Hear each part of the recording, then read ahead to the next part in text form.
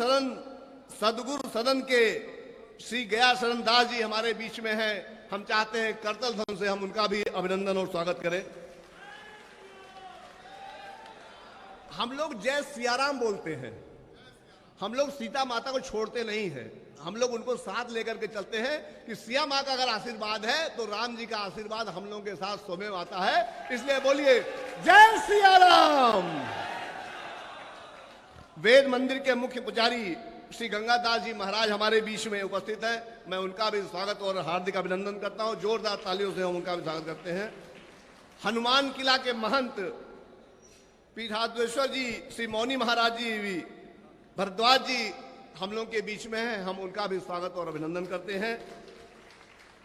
खाक चौक अयोध्या के महंत श्री राम लखन दास जी भी हमारे बीच में यहाँ पर उपस्थित हैं। महंत सीता शरण दास जी भी हमारे बीच में हैं।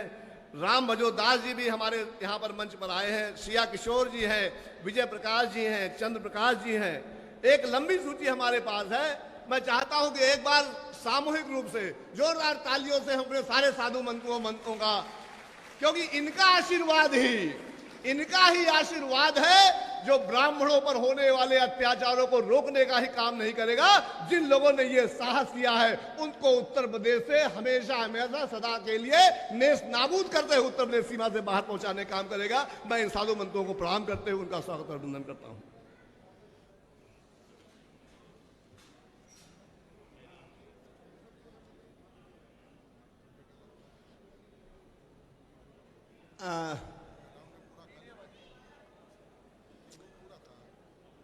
दिनेश शुक्ला जी, सजन शुक्ला जी, आप सब लोग स्थान ले लें। पांडे जी और ललित तिवारी जी, जितने लोग यहाँ पर हैं सब लोग अपने स्थान लेकर के।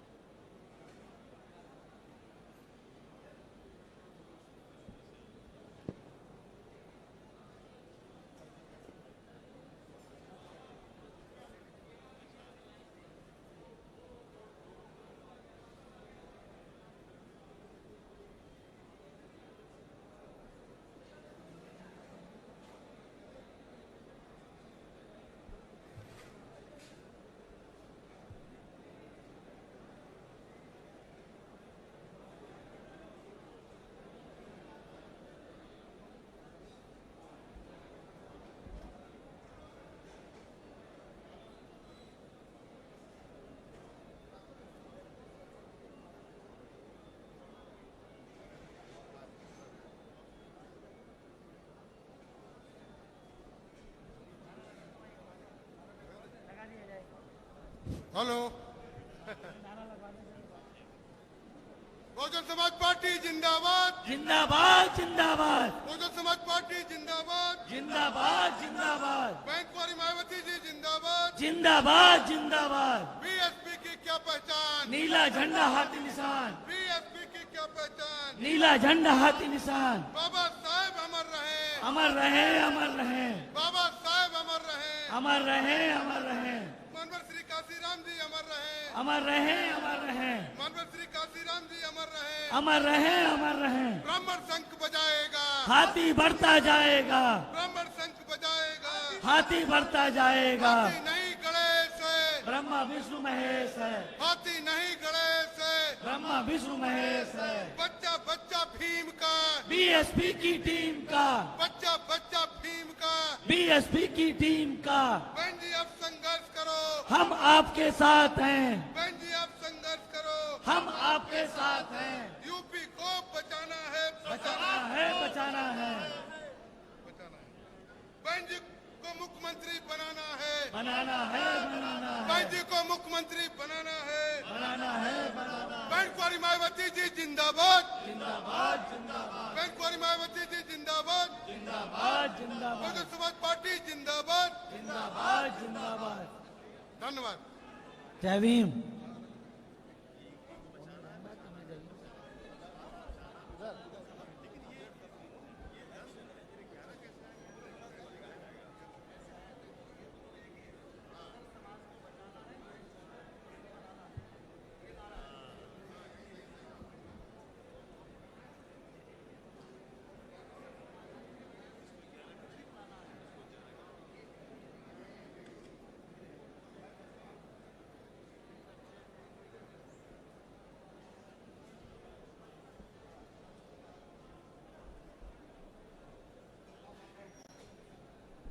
रवि पांडे जी, आप और आपकी टीम का बहुत स्वागत है।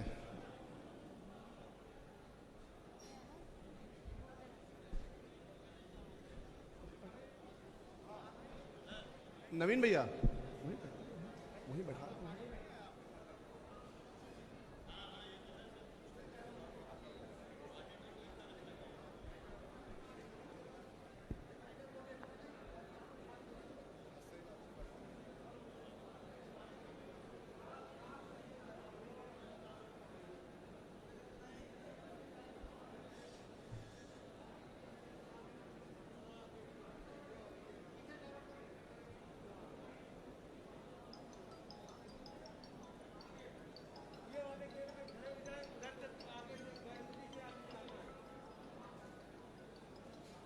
संजीव वाजपेयी जी, आपसे अनुरोध है कि आप कृपया, आपके प्रदेश अध्यक्ष महोदय भी हैं, प्रदेश अध्यक्ष जी, बाकी लोगों को बैठा दीजिए। वाजपेयी जी, बाकी लोगों को बैठा दीजिए। आप और प्रदेश अध्यक्ष जी इधर आ जाइए।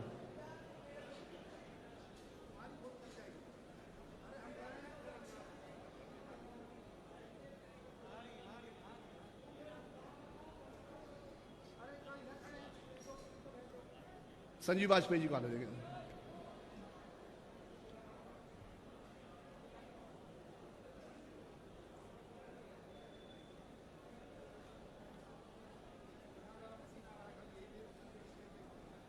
संजीव वाजपेयी जी,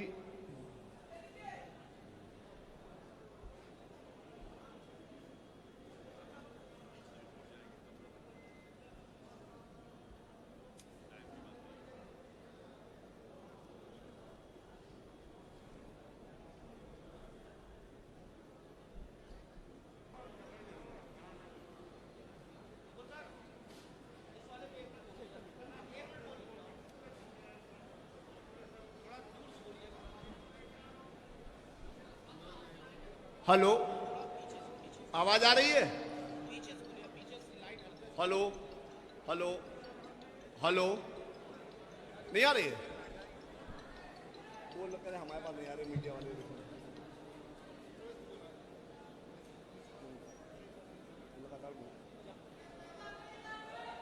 ओके ओके, व्यवस्था हो रही है आप लोगों की।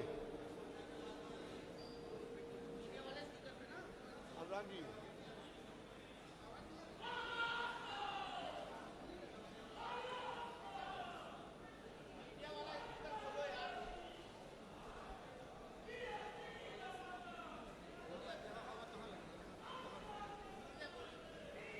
हेलो, मेरी आवाज जा रही है? आप आ रही है? मीडिया वाले आप लोग की व्यवस्था करने जा रही है। सीधे सीधे सीधे उधर उस साइड में। ज्ञानचंद जी, मेरी आवाज सुन रहे हैं ना आप? भाई आप लोग मेरे साथ तेजी से नारा लगाएंगे कि आप लोग इधर खाना खा के नहीं आए क्या? तो भाई तेजी से दाहिने तरफ भाई तेजी से नारा लगाएंगे। जैसे ही मैं नारा लगाए चारों तरफ से आवाज आना चाहिए, पीछे से भी आवाज आना चाहिए, आगे से भी आना चाहिए और दाहिने और बाएं से भी आवाज आना चाहिए।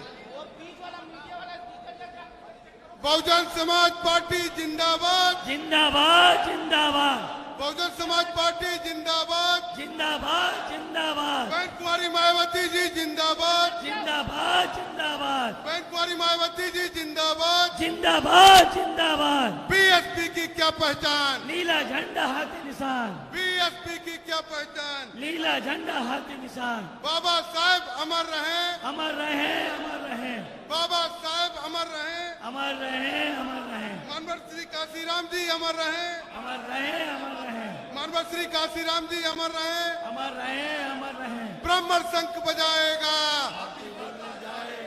ब्रह्मण शंख बजाएगा,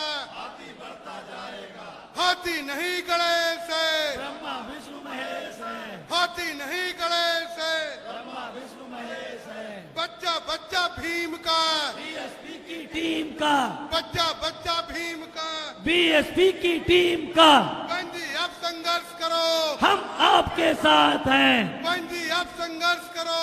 हम आपके साथ हैं। यूपी को बचाना है, बचाना है बचाना है। सर समाज को, यूपी को बचाना है, बचाना है बचाना है। सर समाज को बचाना है। बहन जी को मुख्यमंत्री सब लोग हाथ उठा के बोलिए भाई। बनाना है, बनाना है। बहन जी को मुख्यमंत्री सभी लोग हाथ उठा बनाना करके। है। सम्मानित साथियों, नारों के समय हमारे साथी दोनों हाथ उठा करके नारे लगाएंगे। दिनेश बहन शुक्ला कुमारी जी, मायावती जी जिंदाबाद, जिंदाबाद जिंदाबाद, बहन कुमारी मायावती जी जिंदाबाद, जिंदाबाद जिंदाबाद, बहुजन समाज पार्टी जिंदाबाद, जिंदाबाद जिंदाबाद, बहन कुमारी मायावती जी जिंदाबाद। जिंदाबाद जिंदाबाद।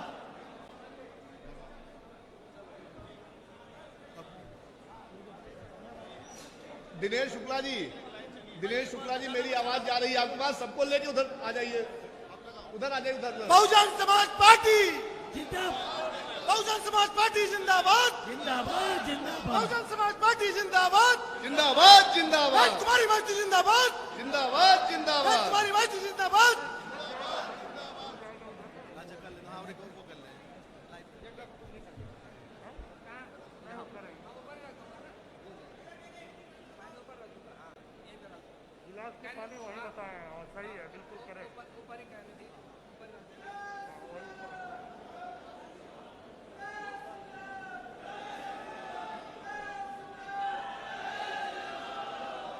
जय सीताराम।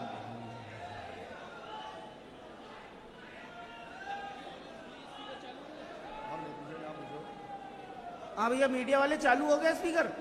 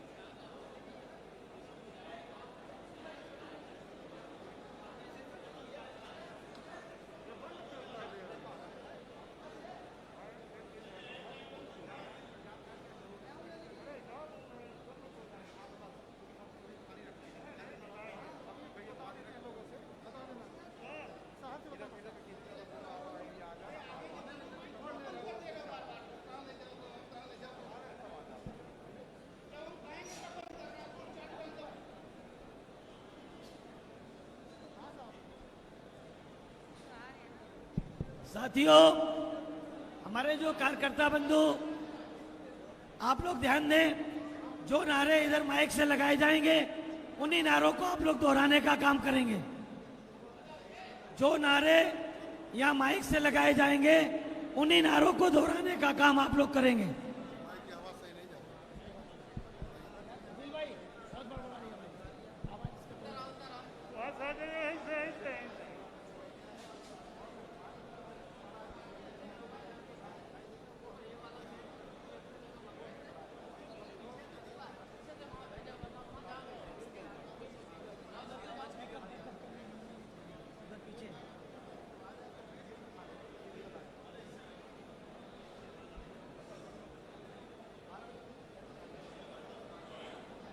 क्या नारे की आवाज पीछे तक आ रही? मैं नारा लगा रहा हूं, नहीं आ रही? आ रही? पीछे आ रही है? सबसे पीछे है।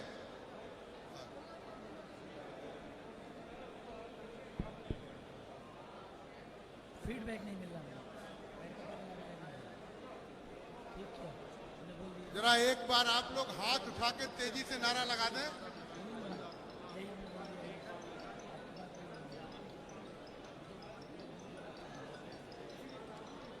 बहुजन समाज पार्टी जिंदाबाद, जिंदाबाद जिंदाबाद, बहुजन समाज पार्टी जिंदाबाद, जिंदाबाद जिंदाबाद, बहन कुमारी मायावती जी जिंदाबाद, जिंदाबाद जिंदाबाद, बहन कुमारी मायावती जी जिंदाबाद, जिंदाबाद जिंदाबाद। बीएसपी की क्या पहचान? नीला झंडा हाथी निशान, बीएसपी की क्या पहचान? नीला झंडा हाथी निशान। बाबा साहेब अमर रहे, बाबा साहेब अमर रहे, मानवर श्री काशीराम जी अमर रहे, मानवर श्री काशीराम जी अमर रहे, अमर रहे, अमर रहे। शंख बजाएगा, हाथी बढ़ता जाएगा, ब्राह्मण शंख बजाएगा, हाथी बढ़ता जाएगा। हाथी नहीं गणेश है, हाथी नहीं गणेश है, बच्चा बच्चा भीम का, बीएसपी की टीम का, बच्चा बच्चा भीम का। बीएसपी की टीम का।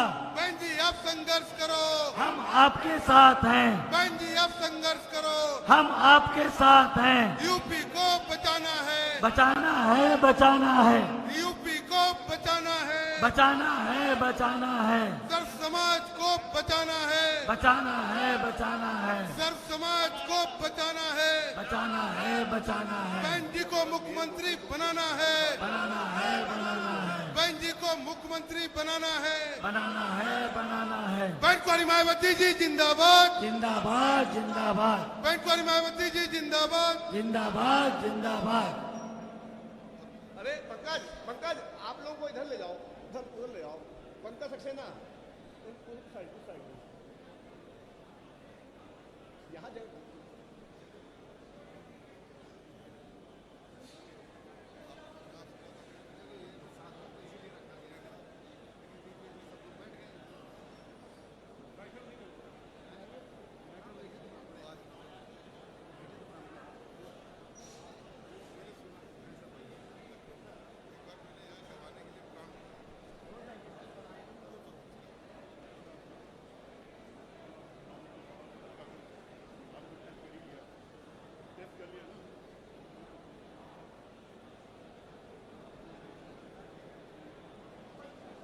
अब सबसे मेरा यही अनुरोध है, चूंकि ये कार्यक्रम आप लोगों का है, तो अब जिसको जहां पर स्थान मिले सब लोग उसे वही स्थान लेके बैठे, कृपा करें। सोनू जी आगे भी इतने भाई खड़े हैं, भाई हमारे शिवमावर्ती जी, आप सब लोग पीछे देखिए, स्थान है सामने दिखाई पड़ रहा है। गंगाधर जी सबको बुलाइए अपने पास आप।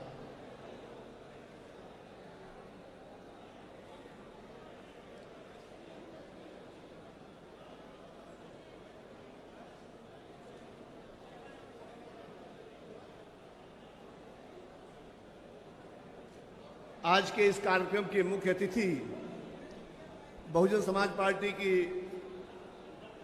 राष्ट्रीय अध्यक्ष आदरणीय बहन कुमारी मायावती जी अब से थोड़े ही समय में हम सबके बीच में पधार रही हैं।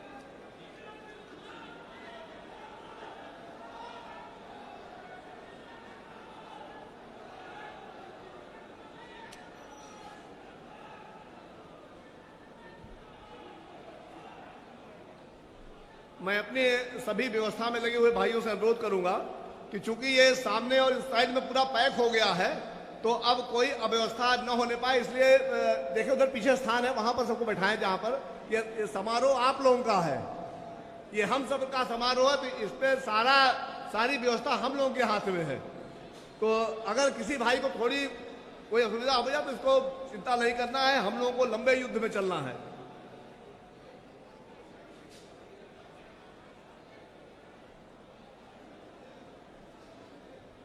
देखिए हमारी कुछ माताएं बहनें भी आ रही हैं, हम सब की जिम्मेदारी बनती है कि उनको हम लोग उचित स्थान दें। तो आइए एक बार फिर से रिहर्सल हो जाए। अब की बार ये फाइनल रिहर्सल है, इसके बाद फाइनल मैच है, ध्यान रखिएगा। इसके बाद कोई अगली हिट नहीं है। यहां आज 7 सितंबर 2021 को ये संदेशा चला जाए पूरे उत्तर प्रदेश में कि पंडित जी लोगों ने मुट्ठी बांध करके दृढ़ संकल्प कर लिया है, और ये आपके नारों से पता लग जाएगा। ठीक है, तैयार सब लोग? आइए।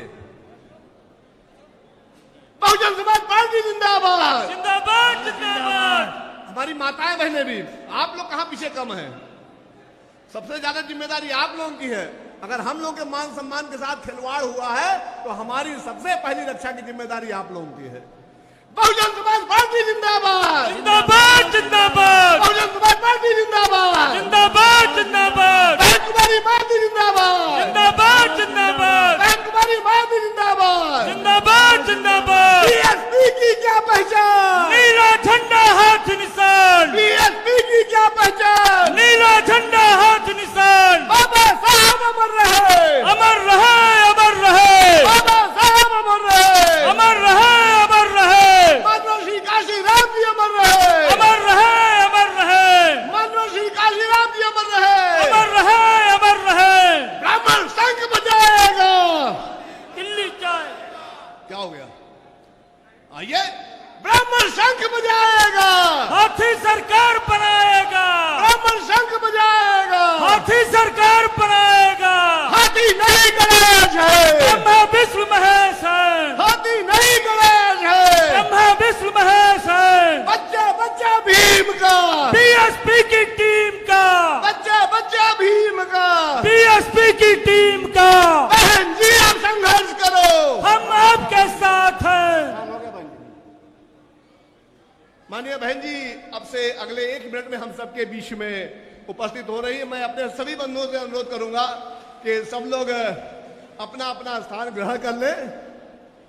ये आज बहुत ही ऐतिहासिक दिन है हम सबके लिए। जो भाई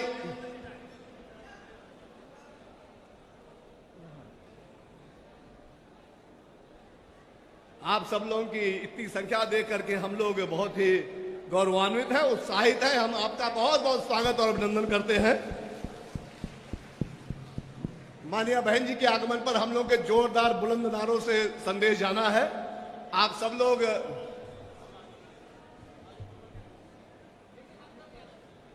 अपने अपने स्थान बैठे रहे। बहन जी यहां पर आएंगी, सबसे एकदम मुखातिब होंगी, सबका साक्षात्कार होगा। पीछे कुछ भाई खड़े हो गए हैं, आप लोग बैठ जाओ।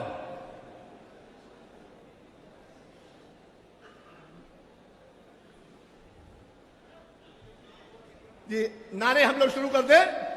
बहुजन समाज पार्टी जिंदाबाद, जिंदाबाद जिंदाबाद। बहुजन समाज पार्टी जिंदाबाद, जिंदाबाद जिंदाबाद। बहन कुमारी मायावती जिंदाबाद, जिंदाबाद जिंदाबाद। बहन कुमारी मायावती जिंदाबाद, जिंदाबाद जिंदाबाद। बीएसपी की क्या पहचान? नीला झंडा हाथ निशान, बीएसपी की क्या पहचान? नीला झंडा हाथ निशान। बाबा साहब अमर रहे, अमर रहे, अमर रहे, बाबा साहब अमर रहे, अमर रहे, अमर रहे। मानव श्री काशी राम जी अमर रहे, अमर रहे, अमर रहे।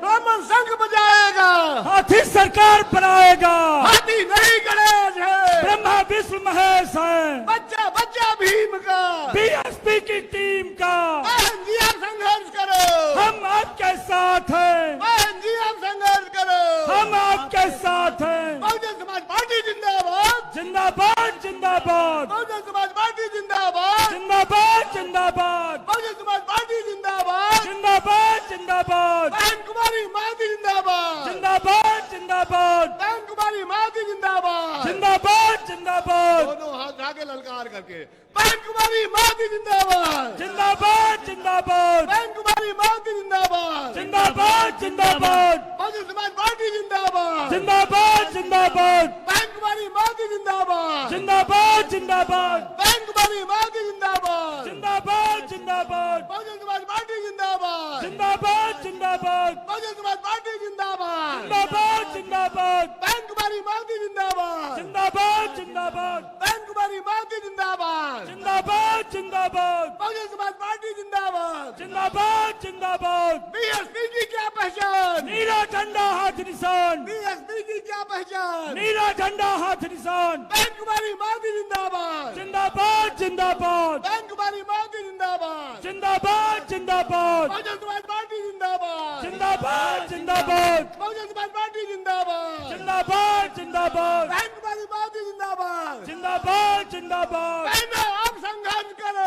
हम आपके साथ हैं बहनों आप संघर्ष करो हम आपके साथ हैं बहनों आप संघर्ष करो हम आपके साथ हैं बहन कुमारी माती जिंदाबाद जिंदाबाद जिंदाबाद बहन कुमारी माती जिंदाबाद जिंदाबाद जिंदाबाद बहुत बहुत धन्यवाद।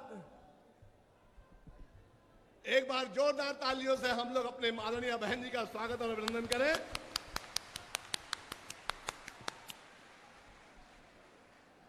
मैं सबसे पहले अनुरोध करूंगा अपने संतों महात्माओं से कि शंकर ध्वनि के साथ और सूक्ति वाचन के साथ आदरणीय बहन कुमारी महाराज जी का स्वागत और अभिनंदन करें। माननीय संत महोदय,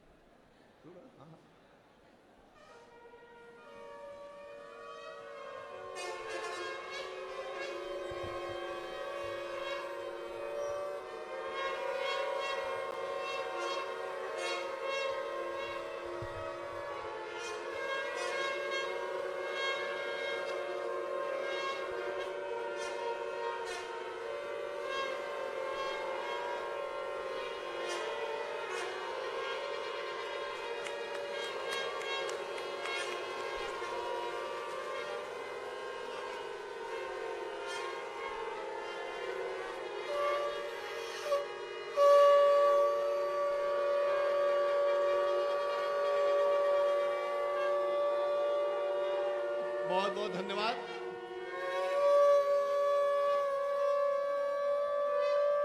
श्वास निवाचन, श्वास निवाचन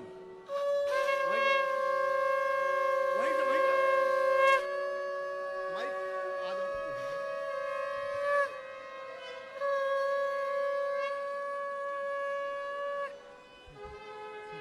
ओके सर।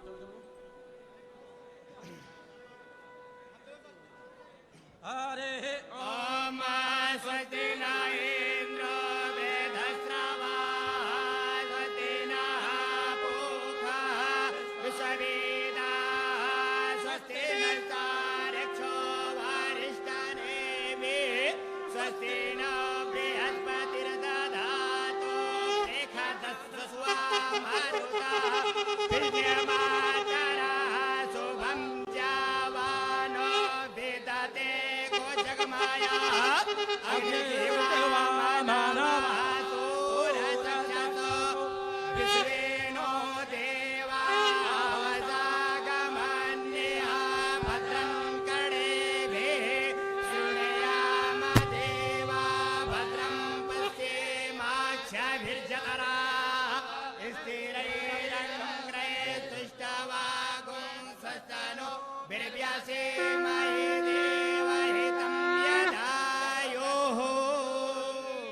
अब मैं अनुरोध करूंगा, अब बहुत बहुत धन्यवाद। अब मैं अनुरोध करूंगा आदरणीय श्रीमती कल्पना मिश्रा जी से कि वो मां दुर्गा का प्रतीक त्रिशूल एवं शंख आदरणीय बहन कुमारी मायावती जी को भेंट करके उनका स्वागत और अभिनंदन करें। आप सबके तरफ से, आदरणीय साथी सम्मानित महिलाओं की तरफ से, हमारे ब्रह्म समाज की ओर से, हमारे संत महात्माओं की तरफ से।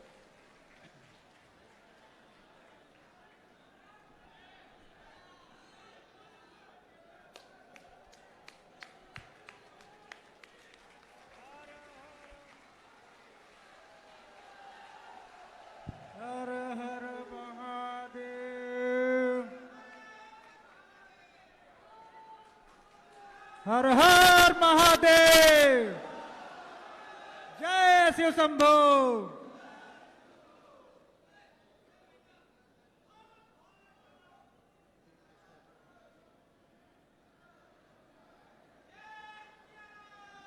जय सिया राम।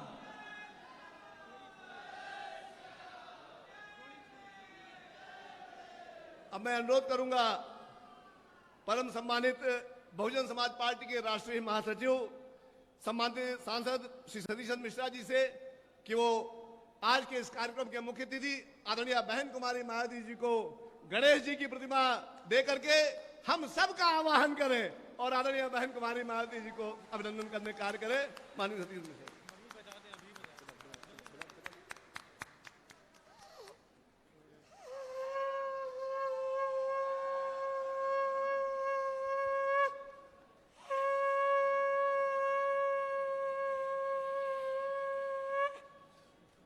बहुत बहुत धन्यवाद। अब मैं अनुरोध करूंगा श्री भीम राजभर जी जो कि हमारे प्रदेश अध्यक्ष हैं, वो आदरणीय बहन कुमारी मायावती जी को बहुजन समाज पार्टी का चुनाव चिन्ह हाथी प्रदान करके आदरणीय बहन जी का अभिनंदन और स्वागत करें।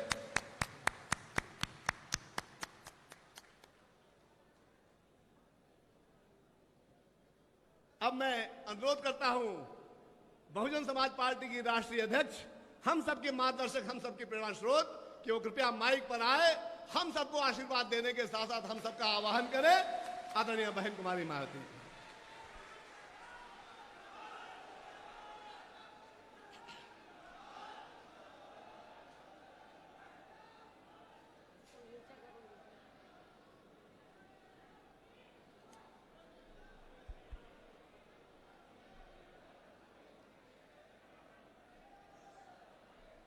लखनऊ सहित उत्तर प्रदेश के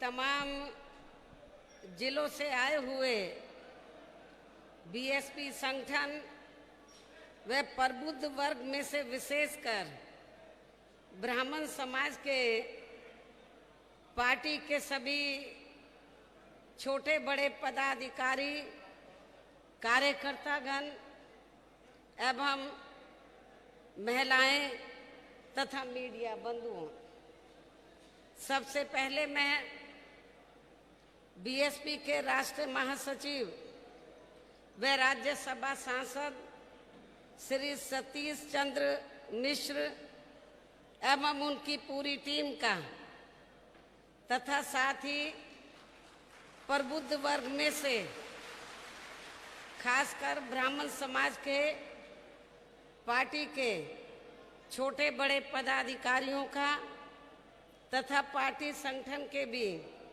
सभी मुख्य सेक्टर प्रभारियों एवं जिला अध्यक्षों आदि का भी हार्दिक दिल से आभार प्रकट करती हूँ, जिन्होंने आपसी तालमेल व सूझबूझ के साथ बीजेपी व इनकी सरकार की हर चुनौती एवं हथकंडों आदि का मुकाबला करके यहाँ पहले चरण के तहत प्रबुद्ध समाज के किए गए अपने सभी जिला स्तरीय कार्यक्रमों को जबरदस्त कामयाब बनाया है।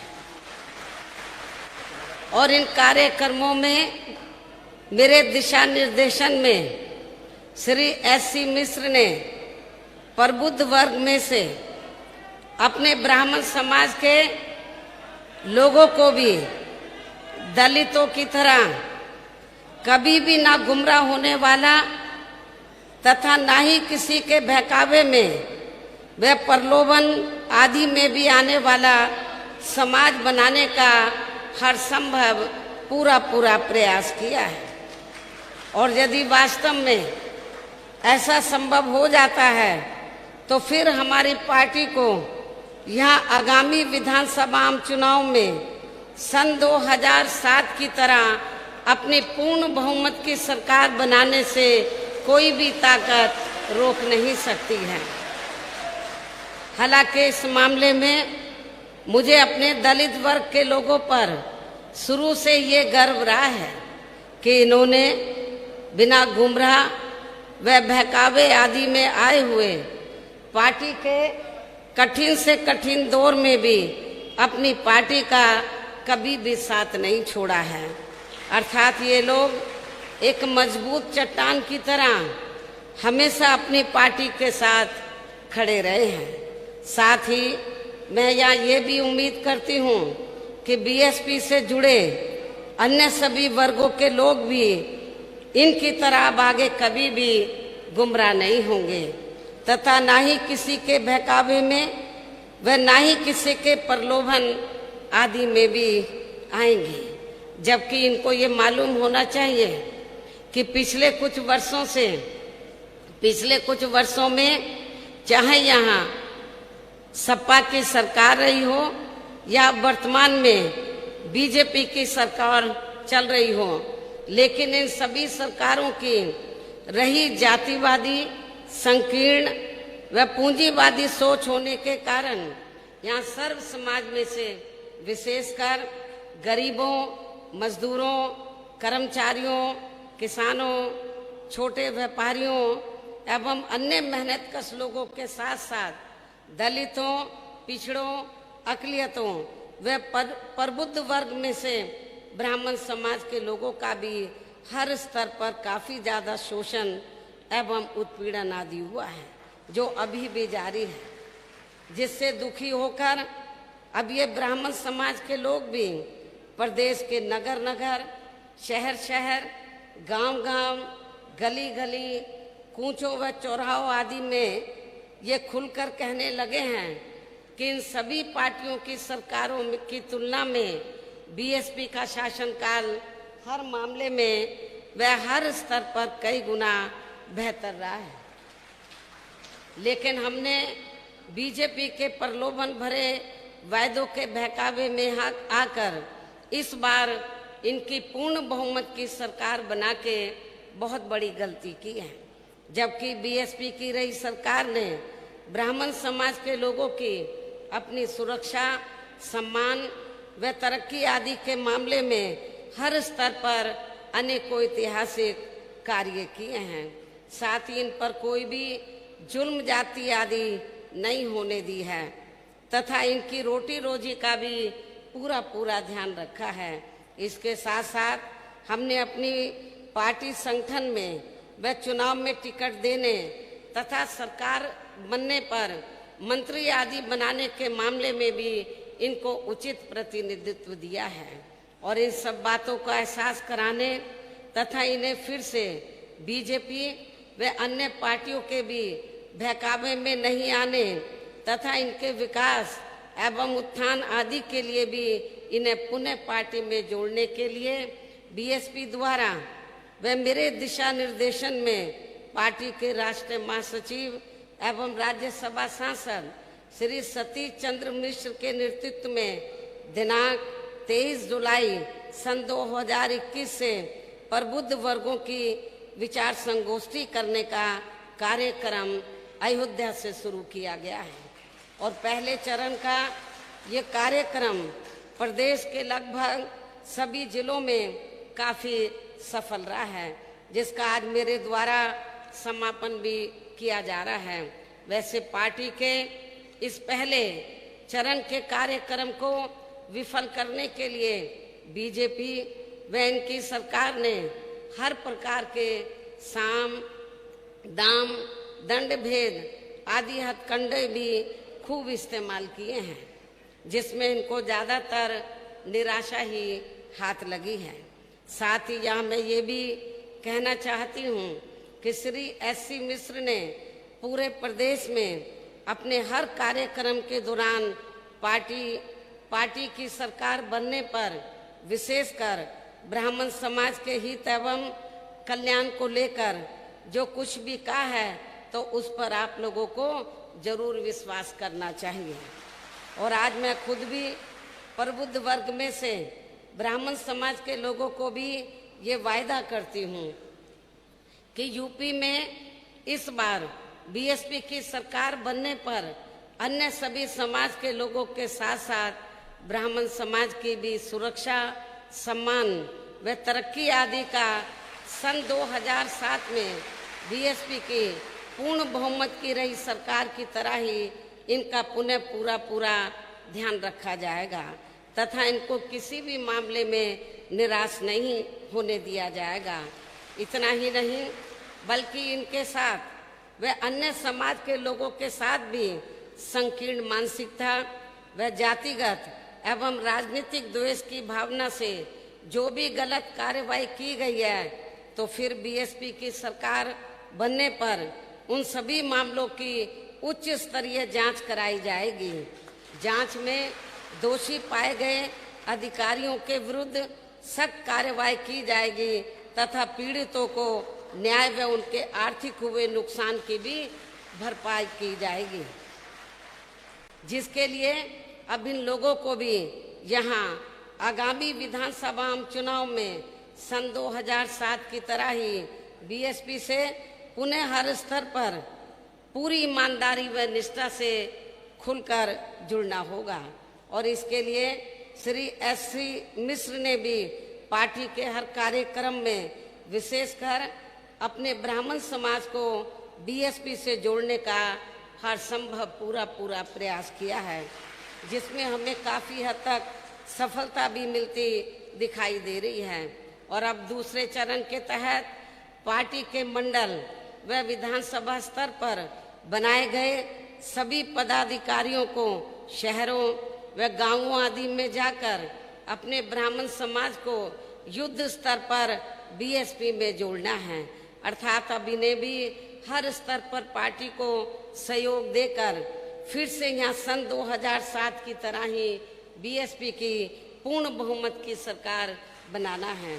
इसके साथ ही अब इनको दूसरे चरण के तहत प्रत्येक विधानसभा के शहरों, कस्बों व गांवों आदि में जाकर पहले अपने विशेषकर ब्राह्मण समाज के कम से कम 1000 सक्रिय कार्यकर्ता तैयार करना है प्रत्येक विधानसभा में तथा इन्हें बीएसपी का सदस्य भी जरूर बनाना है। साथ ही इनकी सूची भी तैयार करनी है और सबसे पहले इनको रिजर्व सीटों पर ये कार्य करना है।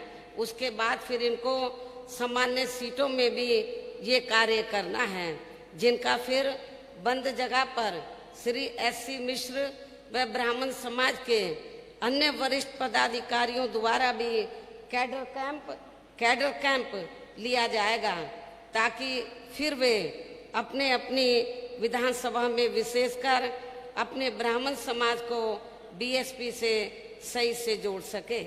इसके साथ साथ पहले चरण के तहत शहरों में प्रबुद्ध वर्ग की महिलाओं को भी तैयार किया जाएगा, जिनकी जिम्मेवारी हमने श्री एस.सी. मिश्र की पत्नी श्रीमती कल्पना मिश्रा की पूरी टीम को सौंप दिए है। इसी प्रकार पूरे प्रदेश में पहले चरण के तहत खासकर रिजर्व सीटों को तैयार कर रहे पदाधिकारियों को भी ओबीसी व मुस्लिम समाज एवं क्षत्रिय समाज के लोगों को भी पूरे जी जान से उन्हें जोड़ने में लग जाना है, क्योंकि अब चुनाव का समय बहुत कम रह गया है।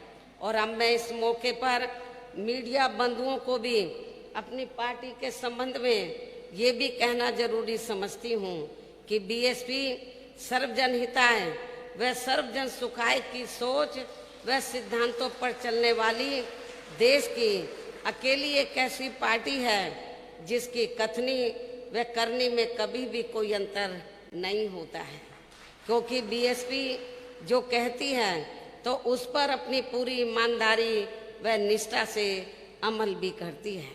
यही बीएसपी की खास राजनीतिक पहचान भी है। और इसी आधार पर यहाँ उत्तर प्रदेश में हमने अपनी 4 बार रही सरकार भी, 4 बार बनी सरकार भी चला कर दिखाई है। और इस दौरान हमने सभी जाति व धर्म के लोगों की सुरक्षा, सम्मान एवं तरक्की आदि पर पूरा ध्यान दिया है। इतना ही नहीं बल्कि हमारी पार्टी ने दूसरी पार्टियों की तरह ना तो कभी हवाई बातें की हैं तथा ना ही चुनाव के समय में किस्म किस्म के प्रलोभन भरे आश्वासन आदि देकर जनता को छलने का भी प्रयास किया है। इसके साथ ही हमारी पार्टी की चारों रही सरकारों ने हमेशा यहाँ सर्व समाज के हित एवं कल्याण में जमीनी तौर पर ही कार्य करके दिखाए हैं। और इस संदर्भ में वैसे आप लोगों को ये मालूम है कि सन 2007 में जब दलितों, आदिवासियों, पिछड़ों, मुस्लिम एवं अन्य धार्मिक अल्पसंख्यकों के साथ साथ अपर कास्ट समाज में से खासकर ब्राह्मण समाज के सहयोग से बीएसपी की पूर्ण बहुमत की यहाँ प्रदेश में पहली सरकार बनी थी, तो तब उनके विश्वास पर पूरी तरह से खरा उतरते हुए सरकार बनते ही हमने बिना मांग किए ही सामान्य वर्ग के लिए यानी कि अपर कास्ट समाज के लिए सरकारी भर्ती पर वर्षों से लगे प्रतिबंध को तत्काल हटा के उन्हें बड़ी संख्या में स्थायी सरकारी नौकरी दिए जाने की भी व्यवस्था सुनिश्चित की। साथ ही पुलिस विभाग में 2 लाख से अधिक नए पद सृजित करके उन पर नियुक्ति करने का भी ऐतिहासिक काम किया, जिससे सभी वर्गों व धर्मों के लोगों को काफी लाभ पहुंचा है। इसके अलावा प्रदेश के सभी गांवों के लिए, देहातों के लिए एक सरकारी सफाई कर्मचारी नियुक्त करने की नई सरकारी व्यवस्था लागू करके एक मुश्त लगभग 1,10,000 स्थायी नियुक्तियां पंचायत विभाग में की गई, जो ये भी एक अति महत्वपूर्ण उठाया गया कदम था।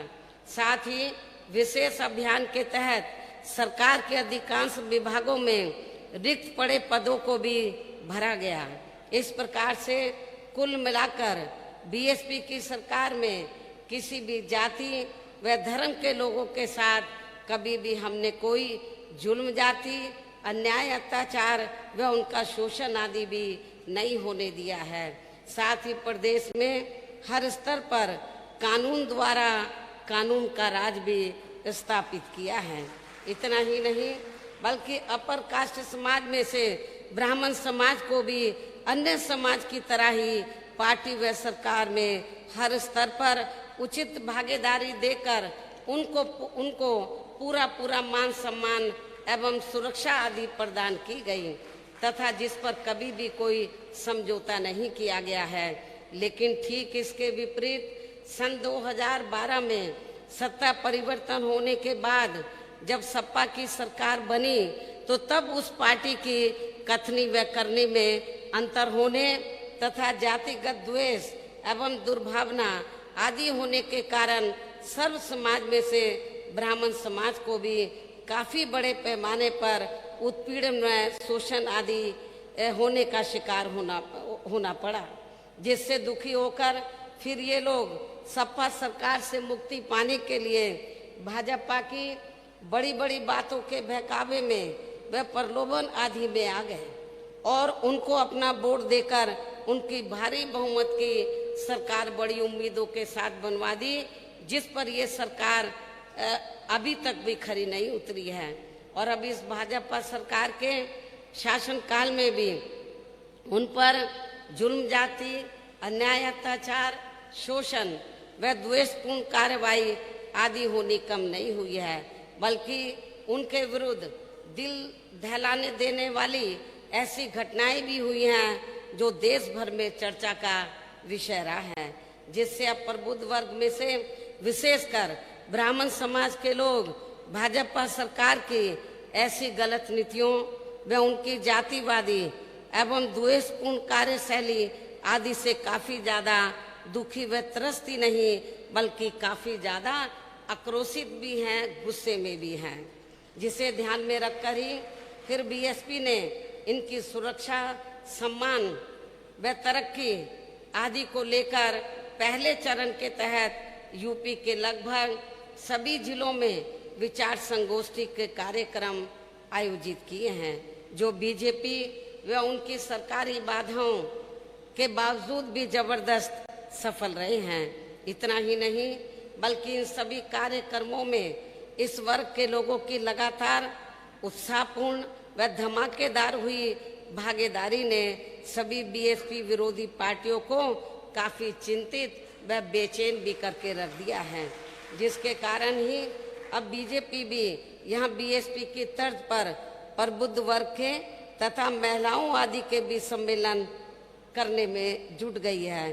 इसके साथ ही अपनी आदत से मजबूर अब ये लोग इस वर्ग को गुमराह करने के लिए रोजाना नए नए हथकंडे व षड्यंत्र आदि इस्तेमाल करने में लगे हैं, किंतु प्रबुद्ध वर्ग व इनमें भी विशेषकर ब्राह्मण समाज के लोग अब सत्ता परिवर्तन के लिए यानी कि फिर से यहाँ बीएसपी की पूर्ण बहुमत की सरकार बनाने के लिए काफी हद तक अपना मन बना चुके हैं, जिसे रोकना अब किसी के लिए भी संभव नहीं लगता है, चाहे अब ये पार्टियां बीएसपी की कितनी भी नकल क्यों ना कर लें।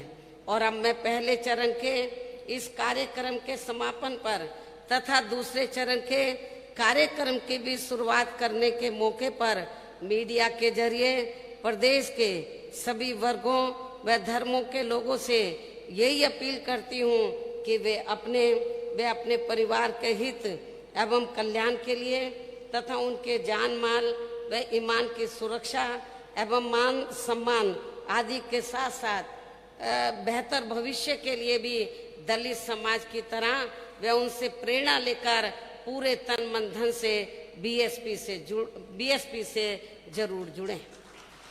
जो ये दलित समाज मान्यवर श्री कांशीराम जी को अपना खास आदर्श मानकर विरोधी पार्टियों के किसी भी प्रलोभन व बहकावे आदि में कभी भी भटके बिना तथा उनके सभी साम दाम दंड भेद आदि हथकंडों का भी काफी डटकर सामना करते हुए परम पूज्य बाबा साहब डॉक्टर भीमराव अंबेडकर की एकमात्र अनुयायी पार्टी व उनके मजबूत नेतृत्व के साथ हमेशा एक चट्टान की तरह खड़े रहे हैं, जो ये हमारी पार्टी के लिए काफी गर्व की भी बात है। इसके साथ ही अब मेरा अपर कास्ट समाज में से विशेषकर ब्राह्मण समाज के लोगों से भी ये वायदा है कि प्रदेश में बीएसपी की सरकार बनने पर यहाँ दलितों, आदिवासियों, पिछड़ों, मुस्लिम व अन्य अकलियतों आदि की तरह इनके भी हित व कल्याण, मान सम्मान, ईमान, सुरक्षा एवं रोटी रोजी आदि का भी पूरा ध्यान जरूर रखा जाएगा। इसके अलावा आज इस मौके पर यहाँ मैं किसानों के संबंध में भी मीडिया को ये भी अवगत कराना चाहती हूँ कि बीएसपी ने चुनाव के पहले वोट लेने के लिए बीजेपी ने, मैं इसके अलावा यहाँ मैं इस मौके पर किसानों के संबंध में मीडिया बंधुओं को ये भी अवगत कराना चाहती हूँ कि भारतीय जनता पार्टी ने चुनाव के पहले वोट लेने के लिए किसानों की आमदनी 2 गुना करने का वायदा किया था। वह तो नहीं किया, बल्कि उनके ऊपर 3 काले कानून लादकर उन्हें उनकी जमीन से भी वंचित करने का काम किया है। आज लगभग 1 वर्ष से पूरे देश का किसान आंदोलित है। बहुजन समाज पार्टी भी संसद से लेकर बाहर भी उनके इस आंदोलन के साथ खड़ी है और इस आंदोलन के दौरान करीब 500 से ज्यादा किसानों की मृत्यु हो गई है, परंतु सरकार को कोई फर्क नहीं पड़ रहा है, बल्कि अभी हाल ही में हरियाणा सरकार द्वारा ये आदेश दिया गया कि इन आंदोलनकारियों के सर लाठी से फोड़ दो, जिसके बाद वहाँ के डीएम ने किसानों के सर पर लाठियां बरसाई, जिससे एक किसान की मृत्यु भी हो गई। और फिर वहाँ के सीएम ने इस कार्यों को सही ठहराया। इतना ही नहीं, बल्कि बीजेपी ने तो सिर्फ झूठा वायदा किया था कि हम किसानों की आय दोगुनी करेंगे, लेकिन हमने तो ऐसा करके दिखाया है, अर्थात अपनी हुकूमत में किसानों की आय दोगुना करके दिखाई है। और इस मामले में किसानों को ये मालूम है, उत्तर प्रदेश के किसानों को ये मालूम है कि सन 2007 में किसानों को गन्ने का मूल्य सिर्फ 125 रुपये प्रति क्विंटल मिलता था मेरी गवर्नमेंट बनने से पहले। हमने उसे हर साल बढ़ाया। जब मेरी गवर्नमेंट बनी तो हमने उसे हर साल बढ़ाया, और जब हमने सरकार छोड़ी थी तो तब उसका मूल्य 2 गुना हो चुका था, अर्थात हमने उसे 250 रुपये प्रति क्विंटल कर दिया था। परंतु ठीक इसके विपरीत सन 2012 से सन 2017 के दौरान, जबकि सपा की सरकार थी, तो पूरे 5 वर्ष के कार्यकाल में केवल एक बार मामूली सी बढ़ोतरी की गई थी। और जहां तक भारतीय जनता पार्टी का सवाल है, तो उसने तो सन 2017 से 2021 के बीच में, यानी कि अपने लगभग पूरे 5 साल में एक भी रुपया नहीं बढ़ाया है, जबकि झूठे वायदे करके इस पार्टी ने किसानों का वोट लेते वक्त ये कहा था कि हम किसानों की आमदनी 2 गुना बढ़ा देंगे। इसके साथ ही आज मैं फिर से किसानों को ये भी विश्वास दिलाना चाहती हूँ कि यूपी में बीएसपी की सरकार बनने पर किसानों को उनकी उपज का वाजिब दाम दिया जाएगा। साथ ही केंद्र सरकार द्वारा किसानों पर जबरन थोपे गए 3 कृषि कानूनों को यहाँ कतई भी लागू नहीं होने दिया जाएगा। इसके साथ ही मैंने दिनांक 30 जुलाई 2021 को वित्त विहीन प्रबंधक एवं शिक्षक महासभा उत्तर प्रदेश के प्रतिनिधि मंडल से मिलने पर वे उनकी सभी मांगों को सुनने के बाद तथा उनकी सभी समस्याओं को गंभीरता से लेते हुए हमने इस मामले में ये भी तय किया है कि सन 2022 में बीएसपी की सरकार बनने पर तुरंत एक आयोग गठित किया जाएगा, और इस आयोग के माध्यम से अति शीघ्र रिपोर्ट लेकर इनकी सभी जायज मांगों का स्थायी हल निकाला जाएगा। और खास तौर से जो पात्र शिक्षक एवं कर्मचारी इन स्कूलों में कार्यरत हैं, तो उन्हें सम्मानजनक मानदेय देने की भी व्यवस्था की जाएगी तथा इनकी सेवा नियमावली भी बनाई जाएगी। इसके अलावा मुझे संस्कृत विद्यालयों के संबंध में भी ये मालूम हुआ है कि उत्तर प्रदेश में जो सरकारी संस्कृत विद्यालय हैं, उनको भारतीय जनता पार्टी की सरकार द्वारा सरकारी धनराशि उपलब्ध नहीं कराई गई है, जिस कारण अब लगभग 50% संस्कृत विद्यालय बंद हो गए हैं तथा बाकी विद्यालय भी बंदी के कगार पर हैं। लेकिन बहुजन समाज पार्टी की सरकार बनने पर फिर इन सभी संस्कृत विद्यालयों को सरकारी धनराशि उपलब्ध कराई जाएगी और उन्हें पुनः संचालित किया जाएगा तथा अध्यापकों व अन्य स्टाफ के खाली पड़े सभी पदों को भी यथाशीघ्र भरा जाएगा। मुझे कल मीडिया के जरिए ये भी मालूम हुआ है कि आरएसएस प्रमुख श्री मोहन भागवत ने कहा है कि हिंदुओं व मुसलमानों के पूर्वज एक ही हैं। लेकिन इस बारे में मैं उनसे ये पूछना चाहती हूँ कि यदि हिंदुओं व मुसलमानों के पूर्वज एक ही हैं, तो फिर आरएसएस व इनकी बीजेपी यहाँ हर स्तर पर मुसलमानों के साथ सोतेला रवैया क्यों अपना रही है, ये भी सोचने की बात है। इसके साथ ही मुसलमानों का वोट फिर इनको अपनी सरकार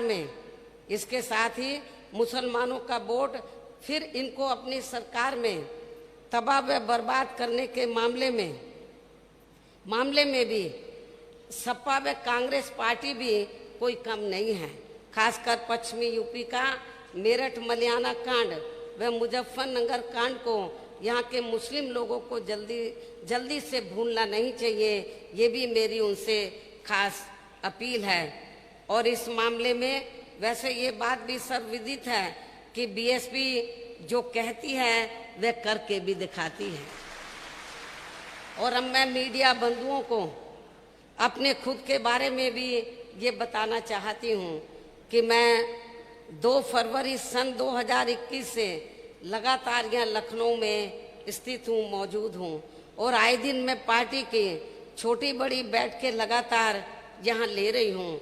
मीडिया आदि में भी मैं बीच बीच में जरूरत अनुसार अपनी पार्टी का स्टैंड रखती रही हूँ, लेकिन फिर भी यहाँ खासकर कुछ जातिवादी मानसिकता वाला मीडिया मेरे बारे में अक्सर यही चर्चा करता रहता है कि बीएसपी प्रमुख अभी बाहर क्यों नहीं निकल रही है, जबकि वास्तव में इसका मुख्य कारण कोरोना नियमों की आड़ में भाजपा की सरकारी मशीनरी द्वारा अपनी पार्टी के लोगों पर जानबूझकर षड्यंत्र के तहत की जाने वाली उनकी जबरदस्ती की कार्रवाई से उन्हें बचाना है। जैसा कि पार्टी के किए गए प्रबुद्ध वर्ग के कार्यक्रमों में हमें ऐसा काफी कुछ होते हुए देखने के लिए मिला है। इतना ही नहीं बल्कि पार्टी से जुड़े प्रबुद्ध वर्ग के लोगों को बहुत कम संख्या में इन कार्यक्रमों में इन्हें आने दिया है, लेकिन वहीं दूसरी तरफ मेरे ऐसे कार्यक्रम में इनके लाख रोकने के बावजूद भी पार्टी के लोग बड़ी संख्या में आने से कतई भी रुकने वाले नहीं हैं। और फिर यही होता यदि मैं चली भी जाती फील्ड में तो यही होता कि हमारी पार्टी के लोगों पर अब तक काफी भारी तादाद में एफआईआर दर्ज हो जाती है और ऐसा हो जाने पर फिर हमारी पार्टी के ये लोग खासकर चुनाव के समय में अपने अपने क्षेत्र के पार्टी के उम्मीदवारों को चुनाव जिताने की बजाय बल्कि वे ज्यादातर कोर्ट कचहरी व थानों आदि में ही अपना समय बर्बाद करते रहते हैं, जिसे खास ध्यान में रखकर ही फिर मजबूरी में मुझे अपनी पार्टी की चुनावी तैयारी अपने लखनऊ पार्टी प्रदेश कार्यालय से तथा फिर अपने निवास स्थान पर बने पार्टी के केंद्रीय कैंप कार्यालय से ही करनी पड़ी है।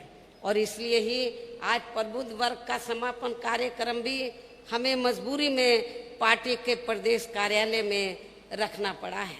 हालांकि हमारी ये दिली तमन्ना थी कि पहले चरण का ये जो कार्यक्रम है समापन कार्यक्रम तो ये रमाबाई अंबेडकर मैदान में किया जाता, हमारी ये दिली तमन्ना थी।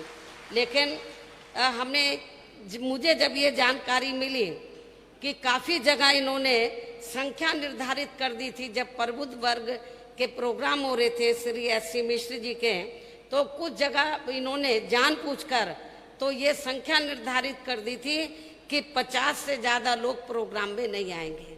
अब यदि हम लोग रमाबाई अंबेडकर मैदान में परमिशन भी ले लेते हैं और उस पर ये कह देते कि 100 से ज्यादा लोग नहीं आएंगे, तो रमाबाई अंबेडकर मैदान में जो स्टेज बनी हुई इतने लोग तो उसी पे ही आ जाते, फिर बाद में लिखते मीडिया के जरिए बाद में उसको पब्लिश करवाते कि जो प्रबुद्ध वर्ग का जो समापन प्रोग्राम है वो बुरी तरीके से विफल हो गया है, फेल हो गया है, फिर ये भी प्रचार करते। इनके इन सब हथकंडों को ध्यान में रखकर ही फिर हमने आज प्रबुद्ध वर्ग का समापन कार्यक्रम भी हमें मजबूरी में पार्टी के प्रदेश कार्यालय में रखना पड़ा है।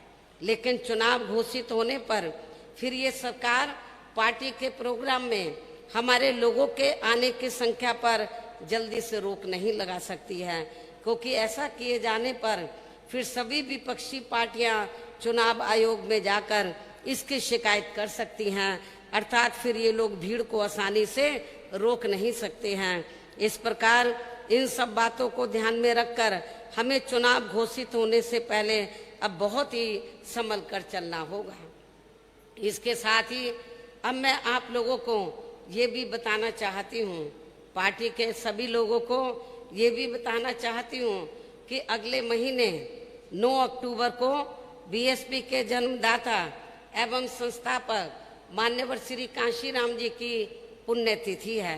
और आप लोगों को ये भी मालूम है कि हमारी पार्टी की रही सरकार ने इनके आदर सम्मान में व इनके नाम पर यहाँ प्रदेश की राजधानी लखनऊ में बड़ा भारी स्मारक स्थल भी बनाया है। और पिछले कई वर्षों से इस मौके पर आप लोग यहाँ लखनऊ आकर इनको अपने श्रद्धा सुमन अर्पित नहीं कर पा रहे हैं, बल्कि इसके स्थान पर आप लोग लखनऊ मंडल को छोड़कर बाकी मंडलों में मंडल स्तर पर विचार संगोष्ठी के जरिए इनको अपने श्रद्धा सुमन अर्पित कर रहे हैं। लेकिन आप लोगों के विशेष आग्रह पर इस बार आप लोग पूरे प्रदेश से यहाँ लखनऊ आकर मान्यवर श्री कांशीराम जी को अपने श्रद्धा सुमन अर्पित करेंगे। अर्थात इस बार आप लोग मंडल स्तर पर कोई भी प्रोग्राम नहीं करेंगे, बल्कि पूरे प्रदेश से बड़ी संख्या में आकर आप लोग इनको लखनऊ में जहां मान्यवर श्री कांशीराम जी का स्मारक स्थल बना है वहां आकर उनको अपने श्रद्धा सुमन अर्पित करेंगे। और आप लोगों के साथ साथ फिर मैं खुद भी उस दिन मान्यवर श्री कांशीराम जी के स्मारक स्थल पर पहुंचकर उनको अपने श्रद्धा सुमन अर्पित करूंगी तथा आप लोगों का भी आभार प्रकट करूंगी। कहने का तात्पर्य यह है कि इस बार आप लोग पूर्व की तरह अपने अपने मंडल में इनकी पुण्यतिथि का कार्यक्रम नहीं रखेंगे, बल्कि आप लोग प्रातः 8 बजे से ही लखनऊ के स्मारक स्थल पर पहुंचकर इनको अपने श्रद्धा सुमन अर्पित करेंगे। साथ ही आप लोग यहाँ अपने आने के दौरान जब आप लोग 9 अक्टूबर को स्मारक स्थल पर पहुंचेंगे तो इसके साथ ही आप लोग यहाँ अपने आने के दौरान अपने खाने का भी खुद ही प्रबंध करके लाएंगे। इसके बाद अर्थात श्रद्धा सुमन अर्पित करने के बाद फिर आप लोग अनुशासित तरीके से अपने अपने क्षेत्रों में वापिस चले जाएंगे। पार्टी के जिम्मेवार लोग इसके लिए इनकी पूरी मदद भी करेंगे। लेकिन लखनऊ में आते व वापिस जाते समय भी पार्टी के लोगों को कोरोना नियमों का भी पालन करना बहुत जरूरी है। वैसे भी अब कुछ नहीं कहा जा सकता कि पूरी दुनिया में वे अपने भारत देश में भी कब और नई बीमारी आ जाए, लेकिन कुदरत से तो हम यही प्रार्थना करते हैं कि अब कोरोना की तरह आगे कोई भी बीमारी, कोई भी नई बीमारी अपने भारत देश में या दुनिया में ना आए। हालांकि अब तो वैसे भी किसी का कोई भरोसा नहीं कि अब कौन स्वस्थ व्यक्ति भी अचानक दुनिया से चला जाए। जैसा कि अभी हाल ही में एक युवा व स्वास्थ्य के मामले में एकदम स्वस्थ फिल्म कलाकार का अचानक मौत के मुंह में चले जाना हमें देखने को मिला है। ऐसे हालातों में अब हमें कोरोना जैसी महामारी से बचने के लिए सरकारी नियमों का पालन करना बहुत जरूरी है। इसलिए 9 अक्टूबर को लखनऊ में पार्टी के लोग मास्क लगा कर ही आएंगे। जब आप लोग इधर लखनऊ आएंगे 9 अक्टूबर को तो कोई भी बिना मास्क लगाए हुए लखनऊ में स्मारक स्थल पर नहीं पहुंचेगा। आप लोग सब अपना मास्क लगाकर जरूर आएंगे। और इस संदर्भ में और भी जरूरी दिशा निर्देश देने के लिए मैंने प्रदेश के सभी मंडलों के पार्टी संगठन के केवल मुख्य सेक्टर प्रभारियों की जो पूरे मंडल को देख रहे हैं, जिलों को नहीं, जो पूरे मंडल को देख रहे हैं उनकी, तथा सभी 75 जिला अध्यक्षों की भी कल प्रातः 11 बजे से यहाँ प्रदेश कार्यालय में अति जरूरी बैठक भी बुलाई है, जिसको मैं खुद ही लेने वाली हूँ। और अब मैं पहले चरण के तहत प्रदेश के लगभग सभी जिलों में प्रबुद्ध वर्ग के किए गए कार्यक्रमों का जो जबरदस्त सफल रहे हैं, इसके पहले चरण का समापन करते हुए अपनी बात को यही विराम देती हूँ। लेकिन इसके साथ ही मैं आप लोगों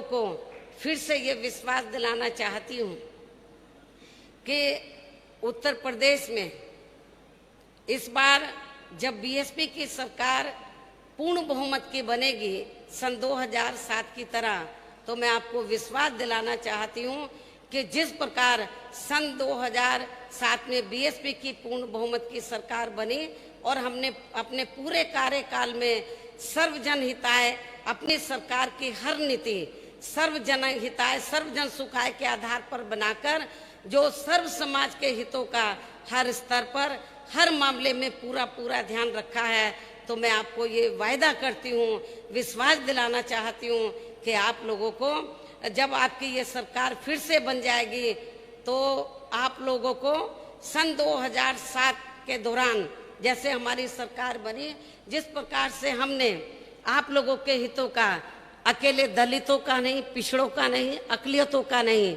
बल्कि अपर कास्ट समाज के लोगों का भी, और अपर कास्ट समाज में से खासकर ब्राह्मण समाज के लोगों का भी, क्योंकि उस चुनाव में इनका बढ़ चढ़कर योगदान रहा है। तो हमने सर्व समाज के हितों का हर स्तर पर हर मामले में पूरा ध्यान रखा है और उत्तर प्रदेश को बेहतरीन कानून व्यवस्था दी है। अभी हमारी महिलाएं इधर आई हुई हैं बड़ी तादाद में, लेकिन वर्तमान सरकार में और पिछली सपा सरकार में भी आप लोगों को देखने के लिए मिला है कि हमारी महिलाएं दिन छिपे के बाद वो अकेले अपने घर से आज भी वो नहीं निकल सकती हैं। चाहे वो बीजेपी के लोग जो वर्तमान गवर्नमेंट है, मुझे चाहे वो कितना भी नाटकबाजी क्यों ना कर लें, क्योंकि मुझे ये मैंने एक चैनल देख रही थी, हिंदी चैनल, तो उसमें बीजेपी वाले एक भाभी जी को लेकर घूम रहे थे, तो वो औरतों में जाकर, महिलाओं में जाकर पूछ रही है कि ये वर्तमान भाजपा सरकार ने महिलाओं के लिए क्या किया। वो प्रायोजित तरीके से वो महिलाएं चयनित कर लेती है, उनसे फिर वो अपने पक्ष में सरकार वो हवा बनाती है। तो ये भी आप लोग देख रहे हैं, तो बिहार के तर्ज पर ये कर रहे हैं। अभी पता नहीं एक नहीं कितनी भाभीियों को लेकर ये घूम ले। अब महिलाएं इनके चक्कर में जल्दी से आने वाली नहीं है, इनके बहकावे में जल्दी से आने वाली नहीं है। और इसके साथ ही मैं मीडिया बंधुओं को और आप सभी लोगों को ये विश्वास दिलाना चाहती हूँ कि मेरी पूर्व की रही चारों सरकारों में खास तौर से दलित, आदिवासी एवं अन्य पिछड़े वर्ग में जो समय समय पर संत गुरु और महापुरुष हुए, जिन्होंने इस देश में सामाजिक परिवर्तन के लिए अपनी जिंदगी पूरी जिंदगी समर्पित की, अब वो हमारे बीच में नहीं रहे हैं। वो हमारे संत गुरु और महापुरुष किसी जाति और धर्म के खिलाफ नहीं थे। वो हमारे संत गुरु और महापुरुष इस देश में जो गैर बराबरी वाली सामाजिक व्यवस्था बनी है, उसको बदलकर वो समता मूलक समाज व्यवस्था बनाना चाहते थे। आज उन्हीं के ही बताए हुए रास्तों पर चलकर बहुजन समाज पार्टी इस कार्य में लगी हुई है। पूरे देश में हम लोग समता मूलक समाज बनाने का प्रयास कर रहे हैं और इसीलिए हमारी पार्टी कोई एक जाति विशेष की नहीं है, एक धर्म विशेष की नहीं है, बल्कि सर्व समाज की पार्टी है। ये सर्व समाज की पार्टी है। तो इसलिए मैं आप लोगों को ये बताना चाहती हूँ कि जिन्होंने ऐसे जो संत गुरु और महापुरुष हुए, जिन्होंने इस देश में समता मूलक समाज व्यवस्था बनाने की कोशिश की, तो मेरी 4 रही सरकारों में मैंने अपनी चारों बार की रही सरकारों में उनके आदर सम्मान में, तो दिल्ली के नज़दीक नोएडा में और उत्तर प्रदेश की राजधानी लखनऊ में तो जो जरूरी थे वो हमने स्मारक, संग्रहालय, पार्क व मूर्तियां आदि स्थापित की। ये आप लोगों को मालूम है। और जो हमें काम करना था हमने अपनी पिछली 4 रही सरकारों में पूरा कर दिया, उनके मान और सम्मान में। अब हमें कोई नया, फिर से हमें कोई नया स्मारक या पार्क या उनकी मूर्तियां आदि फिर से लगाने की जरूरत नहीं पड़ेगी। जितना मुझे काम करना था मैंने थोक के भाव कर दिया, कई गुना ज्यादा आदर सम्मान देकर उनको कर दिया। अब तो जब आगे सरकार बनेगी केवल उनके रख रखाव का ध्यान रखा जाएगा। कहने का तात्पर्य यह है कि अब आगे 5वीं बार जब बीएसपी के नेतृत्व में सरकार बनेगी तो मेरी पूरी ताकत अब ये स्मारक, संग्रहालय, मूर्ति या पार्क आदि बनाने पर नहीं लगेगी, बल्कि मेरी पूरी ताकत उत्तर प्रदेश की जो तस्वीर है उसको बदलने में लगेगी। तो पूरा देश ये कहे, पूरा दुनिया ये कहे कि शासन हो तो बीएसपी की तरह शासन होना चाहिए। बच्चा बच्चा ये कहे कि बहुजन समाज पार्टी की मुखिया ने तो उत्तर प्रदेश की तस्वीर बदल दिया है, तो मेरी पूरी ताकत उत्तर प्रदेश की तस्वीर बदलने में लगेगी। लेकिन यहाँ मैं सभी धर्मों के लोगों को ये भी विश्वास दिलाना चाहती हूँ, यदि कुछ धर्म के लोग ये चाहते हैं कि उनके भी संतों गुरुओं को आदर सम्मान मिले, तो उनको भी मैं विश्वास दिलाना चाहती हूँ। दलित, पिछड़े वर्ग और आदिवासी समाज में जो संत गुरु महापुरुष हुए हैं उनको तो मैंने आदर सम्मान देकर अपना काम पूरा कर दिया है। लेकिन इसके अलावा अन्य वर्गों में से जो लोग ये चाहते हैं कि हमारे संतों, गुरु और महापुरुषों का भी आदर सम्मान किया जाए, तो उनकी धार्मिक भावनाओं का खास तौर से हम लोग सम्मान करते हुए उनको भी पूरा पूरा आदर सम्मान दिया जाए, ये भी मैं उनको विश्वास दिलाना चाहती हूँ। अब मैं अंत में आप लोगों का और ज़्यादा समय न लेते हुए खास तौर से जो हमारे संत गुरु और महापुरुष हुए हैं, जिन्होंने अपनी पूरी जिंदगी इस देश में जो गैर बराबरी वाली सामाजिक व्यवस्था को बदलकर समता मूलक समाज व्यवस्था बनाने के लिए उन्होंने लगा दी, अब वो हमारे बीच में नहीं रहे हैं।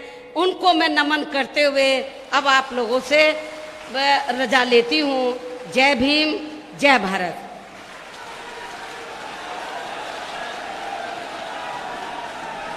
बैंक वाली मात जिंदाबाद, बैंक वाली मात जिंदाबाद, जिंदाबाद जिंदाबाद। अब मैं अनुरोध करूंगा बहुजन समाज पार्टी के राष्ट्रीय महासचिव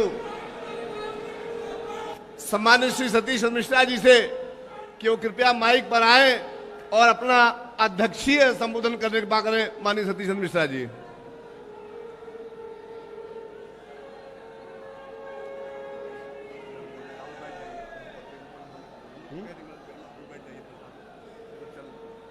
आप लोग अपने अपने स्थानों पर बैठ जाइए।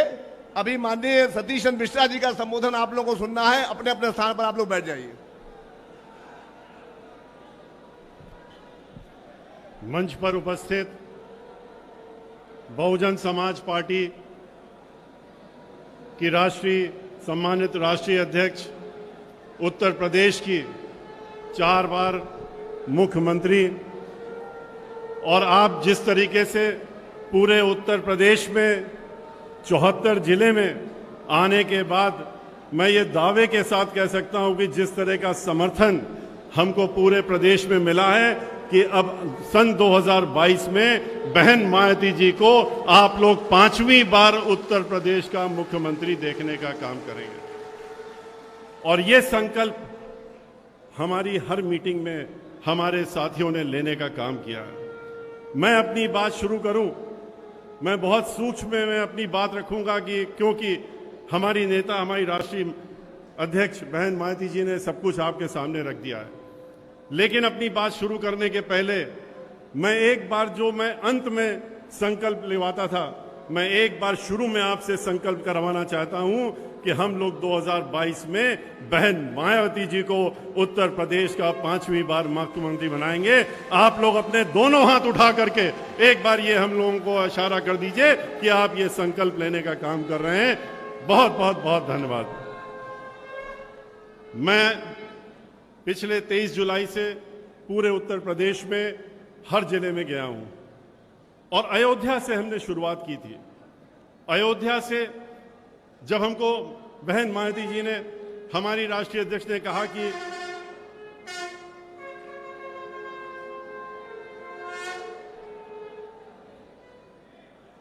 इस कार्यक्रम को उन्होंने कहा कि इस कार्यक्रम की शुरुआत, हमने पूछा कहां से करें, उन्होंने कहा अयोध्या से करिए। हमने अयोध्या को चुना और अयोध्या से जाकर के हमने श्री राम लला के दर्शन करने के बाद अपनी हमने यात्रा शुरू करी। और इस बात को हम बाद में समझ पाए कि अयोध्या जाने के लिए हमसे क्यों कहा गया कि पहले अयोध्या जाइए। क्योंकि ये सभी को मालूम है पूरे प्रदेश में कि भारतीय जनता पार्टी एक झूठ के पुलंदे के अलावा कुछ नहीं है। झूठे वायदे, धोखा देना, लोगों को प्रलोभन में लेना, लोगों को बहकावे में लेना, और जब कुछ न चले तो ये कहना कि धर्म के नाम पे हमको वोट दे दो, और धर्म के नाम पे ना मिले तो देश के नाम पे वोट मांग लो। और अयोध्या जब हम गए तो इसीलिए जब हम पूरे अयोध्या में घूमे तो हम आज तो यहाँ पर मैं धन्यवाद देना चाहता हूँ, अयोध्या के बहुत बड़ी संख्या में यहाँ संत महात्मा आए हैं। अयोध्या से ही नहीं आए हैं बल्कि वाराणसी से भी आए हैं, चित्रकूट से भी आए हैं और मथुरा वृंदावन से भी आए हैं। आज सभी धामों से यहाँ पर लोग उपस्थित हैं। उन सबका मैं बहुत दिल से आभार व्यक्त करता हूँ। इन लोगों ने वहाँ अयोध्या जब हम गए थे, इनसे हम मिले तो इन्होंने अयोध्या के बारे में हमने पूछा कि अयोध्या में आखिर क्या हुआ। अयोध्या के नाम पर उत्तर प्रदेश की सरकार हर वर्ष पिछले 5 वर्षों से सैकड़ों नहीं हजारों करोड़ रुपया बजट में निकालती है, और बजट में निकालती है कि हमको ये अयोध्या में लगाना है। तो अयोध्या में कहाँ लगा? मंदिर के नाम पे लाखों करोड़ रुपए इकट्ठा कर लिए, 93 से लेकर के अभी तक इकट्ठा किया। जब सर्वोच्च न्यायालय का निर्णय आया तो फिर झोला लेकर के पूरे देश में भेज दिया और प्रदेश में भी भेज दिया कि जाओ और इसमें रुपया मांग के लाओ कि राम का मंदिर बनाना है, और फिर से 10,000 करोड़ रुपए से ज्यादा इकट्ठा कर लिए। अयोध्या जब हम गए थे तो हमने सोचा था कि वहां तो ये इतना रुपया बजट का लग चुका है तो ये तो सोने की नगरी बन चुका होगा। लेकिन पूरा अयोध्या घूमने के बाद, और जब हम आप प्रदेश के किसी भी कोने में चले जाइए, किसी जिले में भी चले जाइए, खराब से खराब जिला, हालांकि आज के हालात तो ये हैं कि हर जिला खराब है, कहीं पर सड़क नहीं है, सिर्फ गड्ढे के अलावा कुछ नहीं है, कोई भी तरक्की नहीं है। लेकिन अयोध्या में जब जाइए तो अयोध्या के वासी यहाँ आए हुए हैं, अयोध्या नगरी को देख करके लगता है कि वहां तो सबसे खराब जिला है, और सबसे खराब देखभाल अगर की गई है तो अयोध्या की गई है। वहां पर कोई भी कार्य नहीं हुआ, तो आखिर ये रुपया गया कहां? अयोध्या में जो रुपया उसके नाम से निकाला गया वो कहां इस्तेमाल किया? अयोध्या में तो हमें सिर्फ वही काम दिखा जो कि उत्तर प्रदेश में जब बहन मायावती जी की सरकार 2007 से 12 में थी, जो कार्य हुए थे उसके अलावा तो कुछ भी नहीं दिखा। चाहे वो सीवेज ट्रीटमेंट प्लांट हो, जो कई करोड़ों का रुपए लगा करके सीवेज ट्रीटमेंट प्लांट बनाया गया था, जिससे कि नदी में जो पानी गिरे, सरयू नदी में, वो गंदा पानी ना गिरे। जो परिक्रमा, जिसमें कि हर वर्ष परिक्रमा लोग करते हैं जाकर के, उस परिक्रमा स्थल की हालत इतनी बदतर थी, इतनी खराब थी। लेकिन बहन मायावती जी की सरकार में उस पूरे परिक्रमा स्थल को ठीक तो कराया ही, लेकिन उसके पहले पूरे अयोध्या में सीवर लाइन डलवाई, नया पानी पीने का पाइपलाइन डलवाया, उस परिक्रमा स्थल को चौड़ा करके 12 मीटर पहुंचाने का काम किया, और सरयू नदी के तट को भी ठीक करने का काम किया, वहां के घाट बनाने का काम किया। जिन घाटों में आजकल हर वर्ष साल में 2-3 बार 2 से 3 करोड़ दीपक जला करके 250-300 करोड़ रुपए खर्च किए जाते हैं सिर्फ दिखाने के लिए, और वो भी किसके दीपक? इस प्रदेश के कुम्हारों के दीपक उनको पसंद नहीं आते हैं।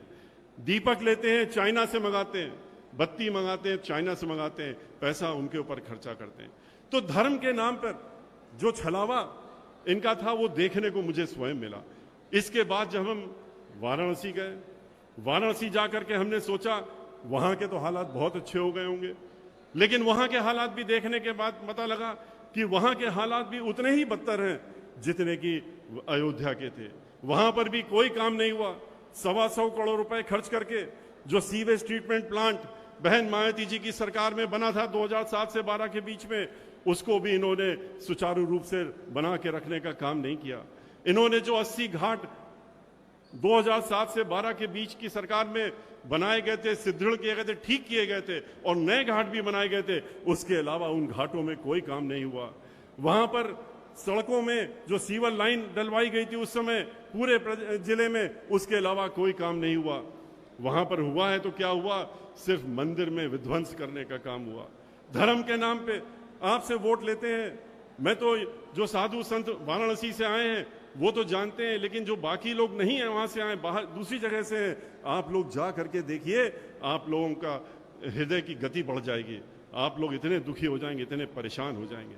उस मंदिर में, परिसर में, जहां काशी विश्वनाथ जी के हम लोग दर्शन करके और उसके बाद परिसर में जो और प्राण प्रतिष्ठित मूर्तियां थी उनके दर्शन करते थे, चाहे वो माँ पार्वती हो और चाहे वो वहां पर गणेश, भगवान श्री गणेश जी हो और चाहे वहां पर हनुमान जी हो, उन सभी को उन्होंने, चाहे अन्नपूर्णा देवी जी हो, ये प्राण प्रतिष्ठित मूर्तियां थी जिनको हटाना या तोड़ना वर्जित है, हम लोगों के यहाँ वर्जित है।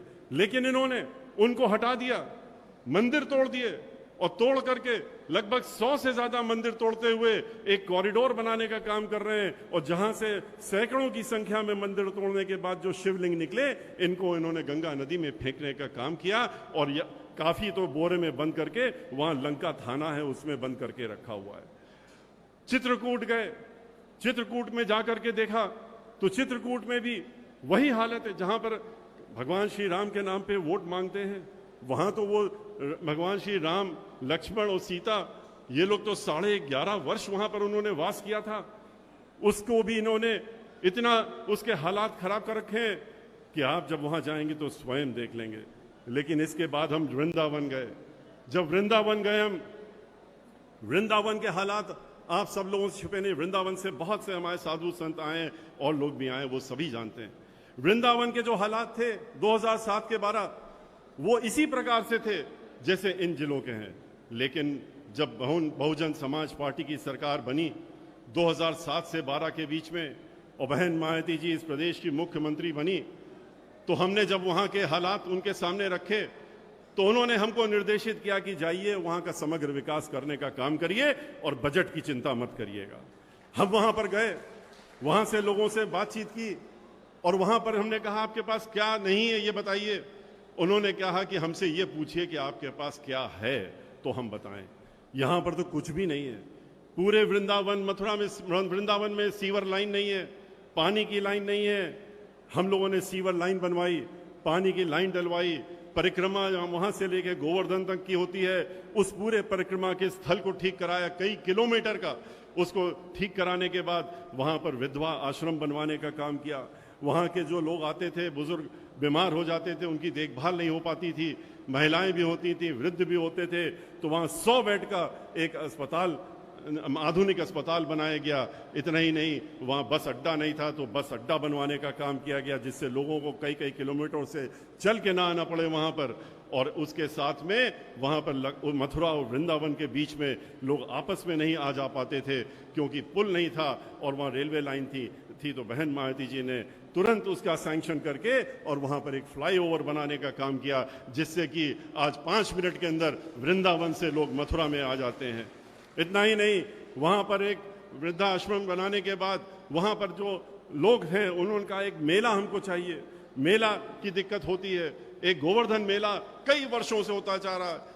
पिछली जितनी सरकारें आई सब में उन्होंने अनुरोध किया कि हमको गोवर्धन मेला के एक सरकारी मेला घोषित कर दीजिए। किसी ने उनकी नहीं सुनी, लेकिन बहुजन समाज पार्टी की सरकार में उसको मेला घोषित करने का भी काम हुआ। वहाँ पर टोल टैक्स लगता था, उसको हटा करके, टैक्स हटा करके गाड़ियां सीधे वृंदावन तक, और वहां पर पार्किंग के स्थल बनाए गए।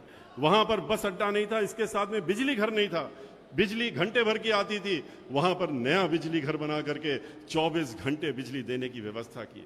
इतना ही नहीं, ये लोग सिर्फ श्री राम का नाम लेते हैं, ये सीता का नाम नहीं लेते हैं, ये पार्वती जी का नाम नहीं लेते हैं।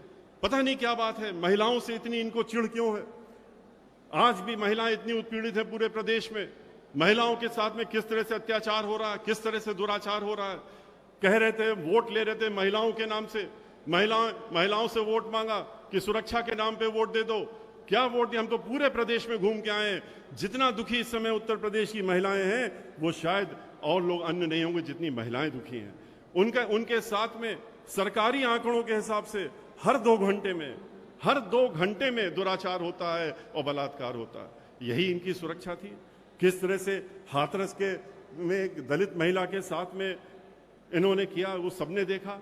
कि उसके मर जाने के बाद उसके साथ बलात्कार होता है और उसके बाद उसका मृत शरीर भी उनको घर वालों को नहीं देखने के लिए देते हैं और मिट्टी का तेल डाल करके रात के 2:30 बजे कर देते हैं, जला देते हैं।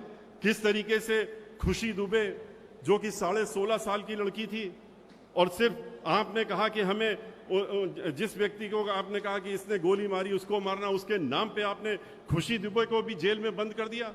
एक दिन पहले उसकी शादी हुई थी, उसकी शादी तो 30 तारीख को हुई थी, 1 तारीख उसका पहला दिन था, उस दिन तो उसकी मेहंदी भी नहीं छूटी थी, बंदूक क्या वो हाथ में लेती, और उसको भी जेल में 1 साल से बंद कर रखा है। और उसको बेल ना होने पाए इसके लिए जितने झूठी सर्टिफिकेट बनाने से लेके आपने हर चीज करने का काम किया जिससे कि उसकी बेल ना होने पाए। इतना ही नहीं, इन्होंने जो घर में महिलाएं काम कर रही थी उनको भी उठा ले गए, 2 महिलाओं को उठा ले गए, उनके पतियों को तो मार ही दिया, खुशी दुबे को पति को आपने गोली से उड़ा दिया, और जिस महिला जो काम कर रही थी उसका 3 साल का लड़का और 6 साल की बच्ची मासूम सी, उसको भी जेल में ले जा करके रखा हुआ है, उसकी मां के साथ में, ब्राह्मणों के साथ में, पूरे ये महिलाओं के साथ में इनकी ये सोच है। और इसीलिए आपने देखा कि इन्होंने कभी भी सीता का नाम नहीं लिया, मां सीता का नाम नहीं लेते हैं। लेकिन जब बहुजन समाज पार्टी की सरकार थी तो चित्रकूट हो चाहे बिठूर हो, बिठूर में जहां सीता जी रही थी जाकर के लव कुश के साथ में, महर्षि वाल्मीकि के आश्रम में, बहन मायावती जी की सरकार में उस स्थान का समग्र विकास करते हुए, और वहां पर महर्षि वाल्मीकि का आश्रम, सीता रसोई से सीता मंदिर से लेकर के और लव कुश के आश्रम तक सब बनवाने का काम किया।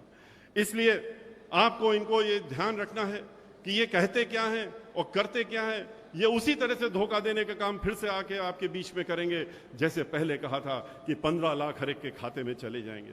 15 नए पैसे नहीं आए, 2 करोड़ नौकरियां हर एक नौजवानों को मिल जाएंगी। 2 करोड़ नौकरियां तो इन्होंने छीनने का काम किया। जितने इस देश की धरोहर थी, जितने भी सार्वजनिक उपक्रम थे उत्तर प्रदेश और देश में, वो सब एक एक करके जो आपकी कमाई से थे उसको इन्होंने बेचने का काम किया, उद्योगपतियों के हाथ में बेचने का काम किया। और इतना ही नहीं, फिर आप ही के पैसे से पहले तो आपको रोटी रोजी छीन लेते हैं, बेरोजगार कर देते हैं, कारखाने बंद करा दिए, नोटबंदी लगा करके, जीएसटी लगा करके, और जब लोग बेरोजगार हो गए, उनके पास खाने पीने को नहीं रह गया, तो आप कहते हैं कि हम आपको 5 किलो अनाज देंगे, 5 किलो अनाज देंगे, इससे आप अपना जीवन चला लीजिए। और 5 किलो का अनाज भी जो दे रहे हैं उसके बोरे की कीमत उस 5 किलो अनाज से 5 गुना ज्यादा है, क्योंकि उसमें इनको अपनी पार्टी के नेताओं की फोटो लगानी थी, उसमें अपना पार्टी का नाम लिखना था। ऐसा लग रहा है जैसे भीख में ये 5 किलो अनाज लोगों को देने का काम कर रहे हैं। इसीलिए आपसे मेरा अनुरोध है कि इनका चेहरा पहचानिए, इनका असली चेहरा जानिए। ब्राह्मण हो, चाहे दलित हो, चाहे महिला हो, और चाहे अन्य समाज के लोग हों, किस तरह से इन्होंने इनके साथ में अन्याय किया है ये किसी से छुपा नहीं है। और उसी जगह, और ये विकास की बात करते हैं, विकास के नाम पे क्या करते हैं, आपसे कुछ नहीं छुपा है। विकास तो किसने किया है ये सभी जानते हैं। इस प्रदेश में अगर विकास की बात होगी तो किसका नाम लिया जाएगा ये भी सब जानते हैं, सिर्फ बहन मायावती जी का नाम लिया जाएगा और किसी का नहीं लिया जाएगा। चाहे वो जिस तरफ देख लीजिए, विकास क्या उन्होंने ऐसा दौड़ लगाया था। 5 साल की सरकार थी, लेकिन 5 साल की सरकार में क्या क्या नहीं किया उन्होंने समग्र विकास करने का काम किया। उन्होंने 1-2 नहीं, 29,500 डॉक्टर अंबेडकर नाम से जो गांव थे उनका समग्र विकास किया। और इतना ही नहीं, 29,000 प्राइमरी स्कूल खोले, नए स्कूल, प्राइमरी स्कूल 29,000 खोले, 5,000 junior high school, 5,000 high school खोलने का काम किया, आधा दर्जन से ज्यादा 7 अंतरराष्ट्रीय यूनिवर्सिटी खोलने का काम किया। और उसमें तो एक यूनिवर्सिटी लखनऊ में ऐसी खोली है जो विश्व में अपने आप में अकेली ऐसी यूनिवर्सिटी है, डॉक्टर शकुंतला मिश्रा के नाम से, जिसमें कि विकलांग जन पढ़ते हैं। पूरे विश्व में ऐसी यूनिवर्सिटी नहीं है जो कि बहुजन समाज पार्टी की सरकार में आदरणीय बहन मायावती जी ने देने का काम किया। कितने मेडिकल, 1 दर्जन से ज्यादा मेडिकल कॉलेज खोलने का काम किया, 23 नए जिले बनाने का काम किया। ये तो जिलों को खत्म करने का काम करते हैं। आपने तो 23 नए जिले बना करके, और जब जिला बनता है तो आपको अच्छी तरह से मालूम है कि जिले का समग्र विकास होता है, पूरा विकास हो जाता है और आगे वो फिर वो जिला तरक्की करता है। ये काम किसने करने का काम किया? ये सिर्फ बहन मायावती जी ने करने का काम किया, ये इनकी सोच नहीं है। आज उत्तर प्रदेश में लखनऊ को देख लीजिए, नोएडा को देख लीजिए, पूरे विश्व के लोग आते हैं यहाँ पर। जितनी फिल्में बनती हैं आजकल, वो जो जितना कार्य 2007 से 12 के बीच में लखनऊ में हुआ, चाहे वो मेट्रो हो, मेट्रो की शुरुआत बहुजन समाज पार्टी की सरकार में हुआ था। एक्सप्रेसवे बहुजन समाज पार्टी की सरकार में हुआ। गंगा एक्सप्रेसवे की नींव बहुजन समाज पार्टी में रखी गई थी। जमीनें अधिग्रहण कर गई थी, उसके आगे कार होना था, उसके पहले सरकार चली गई थी। जेवर एयरपोर्ट, जिसको कि अब सब ये लोग लेकर के चल रहे हैं, वो जेवर एयरपोर्ट किसने शुरुआत की, किसने बनाने का काम किया? वहाँ की ज़मीन किसने इकट्ठा करने का? बहन मायावती जी ने करने का काम किया था, किसी और की सोच नहीं थी। उत्तर प्रदेश में बिजली की व्यवस्था इतनी जर्जर थी, इतनी जर्जर थी, 6,500 मेगावाट की बिजली बनती थी उत्तर प्रदेश में, लेकिन उसको बढ़ा करके 13,500 पहुंचाने का काम 7 नए कारखाने लगा करके अपने 5 साल के कार्यकाल में किसी ने नहीं किया, बहन मायावती जी ने किया। आज नोएडा और लखनऊ विश्व में सबसे बड़ी और सुंदर जो सिटी है, वो स्मार्ट सिटी। ये लोग स्मार्ट सिटी के नाम पे हजारों लाखों करोड़ रुपया खा रहे हैं, भ्रष्टाचार में इस्तेमाल कर रहे हैं, लेकिन यहाँ तो लगा करके दिखाने का काम किया। आज अपने विज्ञापन में ही हर महीने अपना विज्ञापन करने के लिए ये सरकार 300 करोड़ रुपए प्रति माह खर्च करती है। 300 करोड़ का बजट पारित कराया हर महीने का, और उसमें ये जो आरटीआई से खबर मिली है उससे 300 करोड़ रुपया ये खर्च करते हैं खाली अपने बारे में। आप सोच लीजिए कि 36 करोड़ रुपया एक साल में खर्च करते हैं, तो 5 साल में इन्होंने कितने हजार करोड़ रुपया तो खाली अपने विज्ञापनों में कर दिया। अगर यही रुपया इन्होंने विकास के नाम पे स्कूलों पे लगा दिया होता, टीचरों को दे दिया होता, नियुक्तियां कर दी होती, तो आज ये वित्तविहीन टीचर जो हैं और उनकी जो महिला है वो सर मुड़ा करके विधानसभा के सामने ये नहीं कहती कि हम इस सरकार की अंत्योष्टि अपने सर मुड़ा के करने का काम कर रहे हैं, ये घोषणा नहीं करने के लिए मजबूर होती। आज मजदूर परेशान हो रहे हैं, उनके लिए इनको चिंता नहीं है। किस तरह से कोरोना में लोगों ने परेशानी झेली है, किस तरीके से लोग ऑक्सीजन न होने की वजह से उन लोगों को मौत देखनी पड़ी, उनके परिवारजन कितने दुखी हुए, लेकिन ये तो इसी पे खुश हैं कि हमने तो विज्ञापन चला करके ये कह दिया कि कोरोना में हमने सबसे अच्छा काम किया है। क्यों नहीं कहते हैं कि अच्छा काम कहने का मतलब ये है कि सबसे ज्यादा अगर लाशें गिरी हैं तो हमारे प्रदेश में गिरी हैं कोरोना के दौरान, और उनको जलाने की भी जगह नहीं मिली, उनको तो गंगा में ऐसे ही बहाने का काम किया या गंगा नदी के किनारे ऐसे ही दफनाने का काम किया। इसको कहना चाहिए इनको। इसलिए हमारा आपसे ये अनुरोध है, आपके बीच में सारी बातें हमारी पार्टी की राष्ट्रीय अध्यक्ष आदरणीय बहन मायावती जी ने आपके सामने बहुत विस्तार से रख दी हैं, और हम भी आपके बीच में हर जिले में जा करके हमने अपनी आपके सामने बातें रखने का काम किया। हम उन बातों को दोहराना नहीं चाहेंगे, आपको सब बातें मालूम ही हैं, लेकिन लखनऊ के लोग आज यहाँ पहली बार आए हैं, प्रदेश के हर जिले से भी जो लोग आए हैं वो तो सब जानते ही हैं, और लखनऊ के जो आए हैं उन्होंने सारी बातें सुनने का काम किया। मेरा आपसे यही अनुरोध है कि आपने जो हमारे साथ अभी संकल्प लिया है, उस संकल्प को आगे ले जाने का काम करिएगा। आज इतनी बड़ी संख्या में इस गोष्ठी में यहाँ पर सैकड़ों की संख्या में वकील लोग आए हैं, अपनी अदालत का काम छोड़ करके यहाँ पर मौजूद हैं, जिनसे हमारी मुलाकात हुई, और उसमें सब वरिष्ठ अधिवक्ता लोग भी हैं, डॉक्टर्स लोग आए हैं, इंजीनियर्स आए हैं, और उन सबसे ऊपर तो हमारे बीच में जस्टिस RN पांडे जी आगे की पंक्ति में बैठे हुए हैं, जो कि रिटायर्ड हाई कोर्ट के जज हैं, वो भी हमारे साथ में आज यहाँ पर इस गोष्ठी में, प्रबुद्ध वर्ग की गोष्ठी में आए हुए हैं। हम आप सभी लोगों को, और खास तौर से जो हमारे साथ में 74 जिलों में लोग रहे, उनके नाम लेने लगेंगे अगर हम तो घंटों लग जाएंगे, इसलिए उनका नाम न लेते हुए उन सभी लोगों को जिन्होंने हमारे साथ इस कोरोना काल के दौरान में भी और कंधे से कंधा मिला करके और बड़ी संख्या में, और हमको लगभग अगर हम हिसाब लगाएं तो पूरे उत्तर प्रदेश में 10 लाख ब्राह्मणों से उन्होंने हमको रूबरू कराने का काम किया। अगर सारी मीटिंगों का हम जोड़ कर लें तो 10 लाख ब्राह्मणों से और प्रबुद्ध वर्ग के लोगों से हमें मिल करके उनसे बात करने का मौका मिला।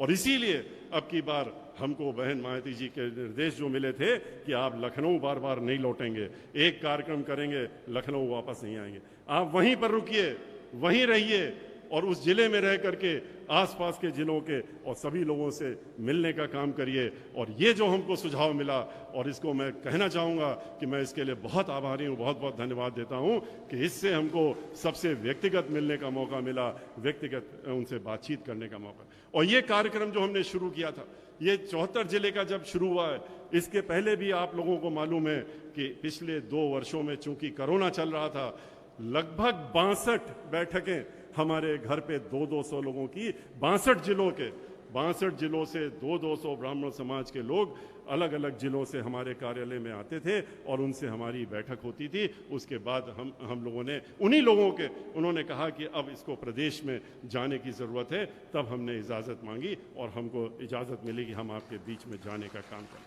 तो इसका मुझे पूरा विश्वास है और मैं आप सब लोगों की तरफ से, जो यहाँ पर इतनी बड़ी संख्या में आज ब्राह्मण समाज के लोग और विप्र समाज के लोग हैं, मैं आप सबके लोगों की तरफ से मैं बहन मायावती जी को ये विश्वास दिलाना चाहता हूँ कि ये लोग अकेले नहीं हैं।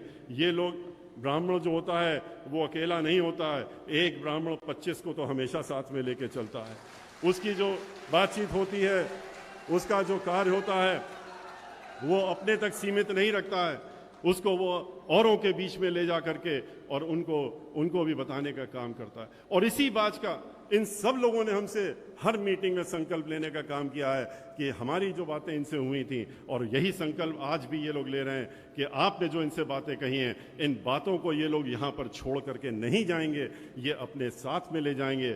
लेकिन अपने साथ ले जा करके ये अपने घर में बंद नहीं कर देंगे, अपने घर वालों से, परिवारजनों से, मित्रगणों से, उन सबके पास जाएंगे और गांव-गांव, जैसा आपने कहा है, ये लोग गांव-गांव जाएंगे, घर-घर जाएंगे और इन बातों को उनको बता करके भारतीय जनता पार्टी का जो ये झूठा मुखौटा उनके चेहरे पे लगा हुआ है, इसको ये लोग उखाड़ फेंकने का काम करेंगे और उनका सही चेहरा यहाँ की जनता को दिखा करके, और सन 2022 में कानून द्वारा कानून का राज, जो कि और कोई नहीं चला सकता, सिर्फ और सिर्फ बहन मायावती जी चला सकती हैं, जिन्होंने चला करके भी दिखाया है।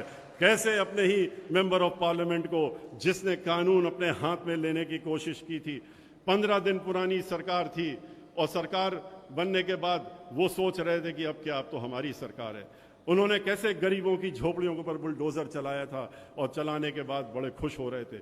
लेकिन उन्होंने शाम को ये काम किया था, सुबह उनको बंगले पर बुलाया गया लखनऊ पर, और इत्तेफाक की बात है कि मैं भी उस समय वहाँ मौजूद था। मेरे सामने किस तरह से उनको वहीं घर से हथकड़ी लगवा करके और जेल में भिजवाने का काम आपने किया था, वो सब ने देखा था, और पूरे 5 साल रखने का काम किया था। क्योंकि आपके कानून में, आपके कानून द्वारा कानून चलाए जाने में कोई भेदभाव नहीं होता है, कोई फर्क नहीं होता है। ये हमारा है और ये अपना नहीं है, इसको छोड़ दो, जैसा कि इस सरकार में हो रहा है कि ये तो हमारे अपने लोग हैं, इनके ऊपर कुछ नहीं करना, और ये सब है, इनको रोको और ठोक दो, इनका वोट भी लो, इनसे नोट भी लो और इनको ठोक भी दो। ये जो नीति चल रही है सरकार में, इसको जहाँ पर ये कहा जाता हो कि ब्राह्मण को देखो और उसका नाम पूछो और उसके 4 गोली ठोंक दो, ऐसी सरकार अब चलने वाली नहीं है।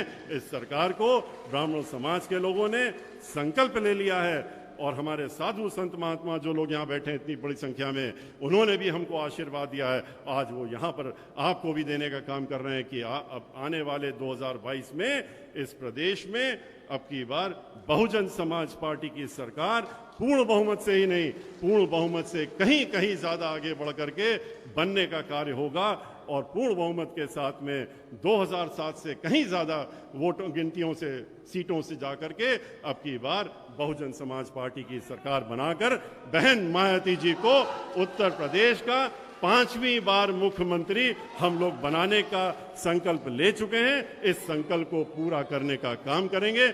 इसी के साथ मैं अपनी बात समाप्त करता हूं, और जय भीम, जय भारत, जय परशुराम।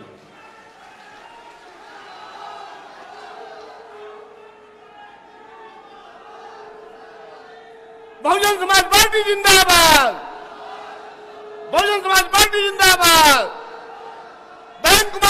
मालती जिंदाबाद, बहन कुमारी मालती जिंदाबाद, बहुजन समाज पार्टी जिंदाबाद।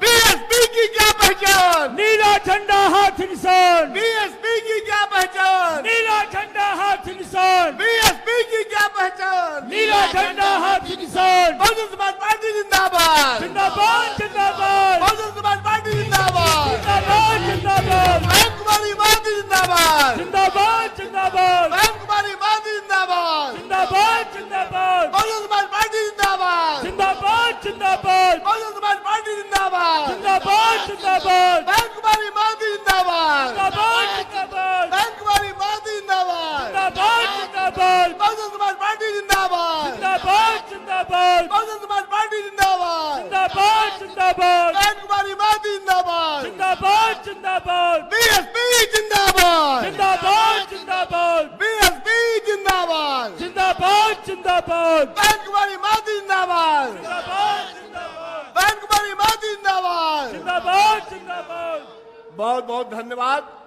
आप लोगों ने आज ये दिखा दिया है कि आने वाले समय में बहुजन समाज पार्टी इस उत्तर प्रदेश में पुनः 2022 में राज करने जा रही है। बहुत बहुत बहुत बहुत धन्यवाद आप सब लोगों को। जय भीम, जय भारत, जय परशुराम। जय भीम, जय भारत।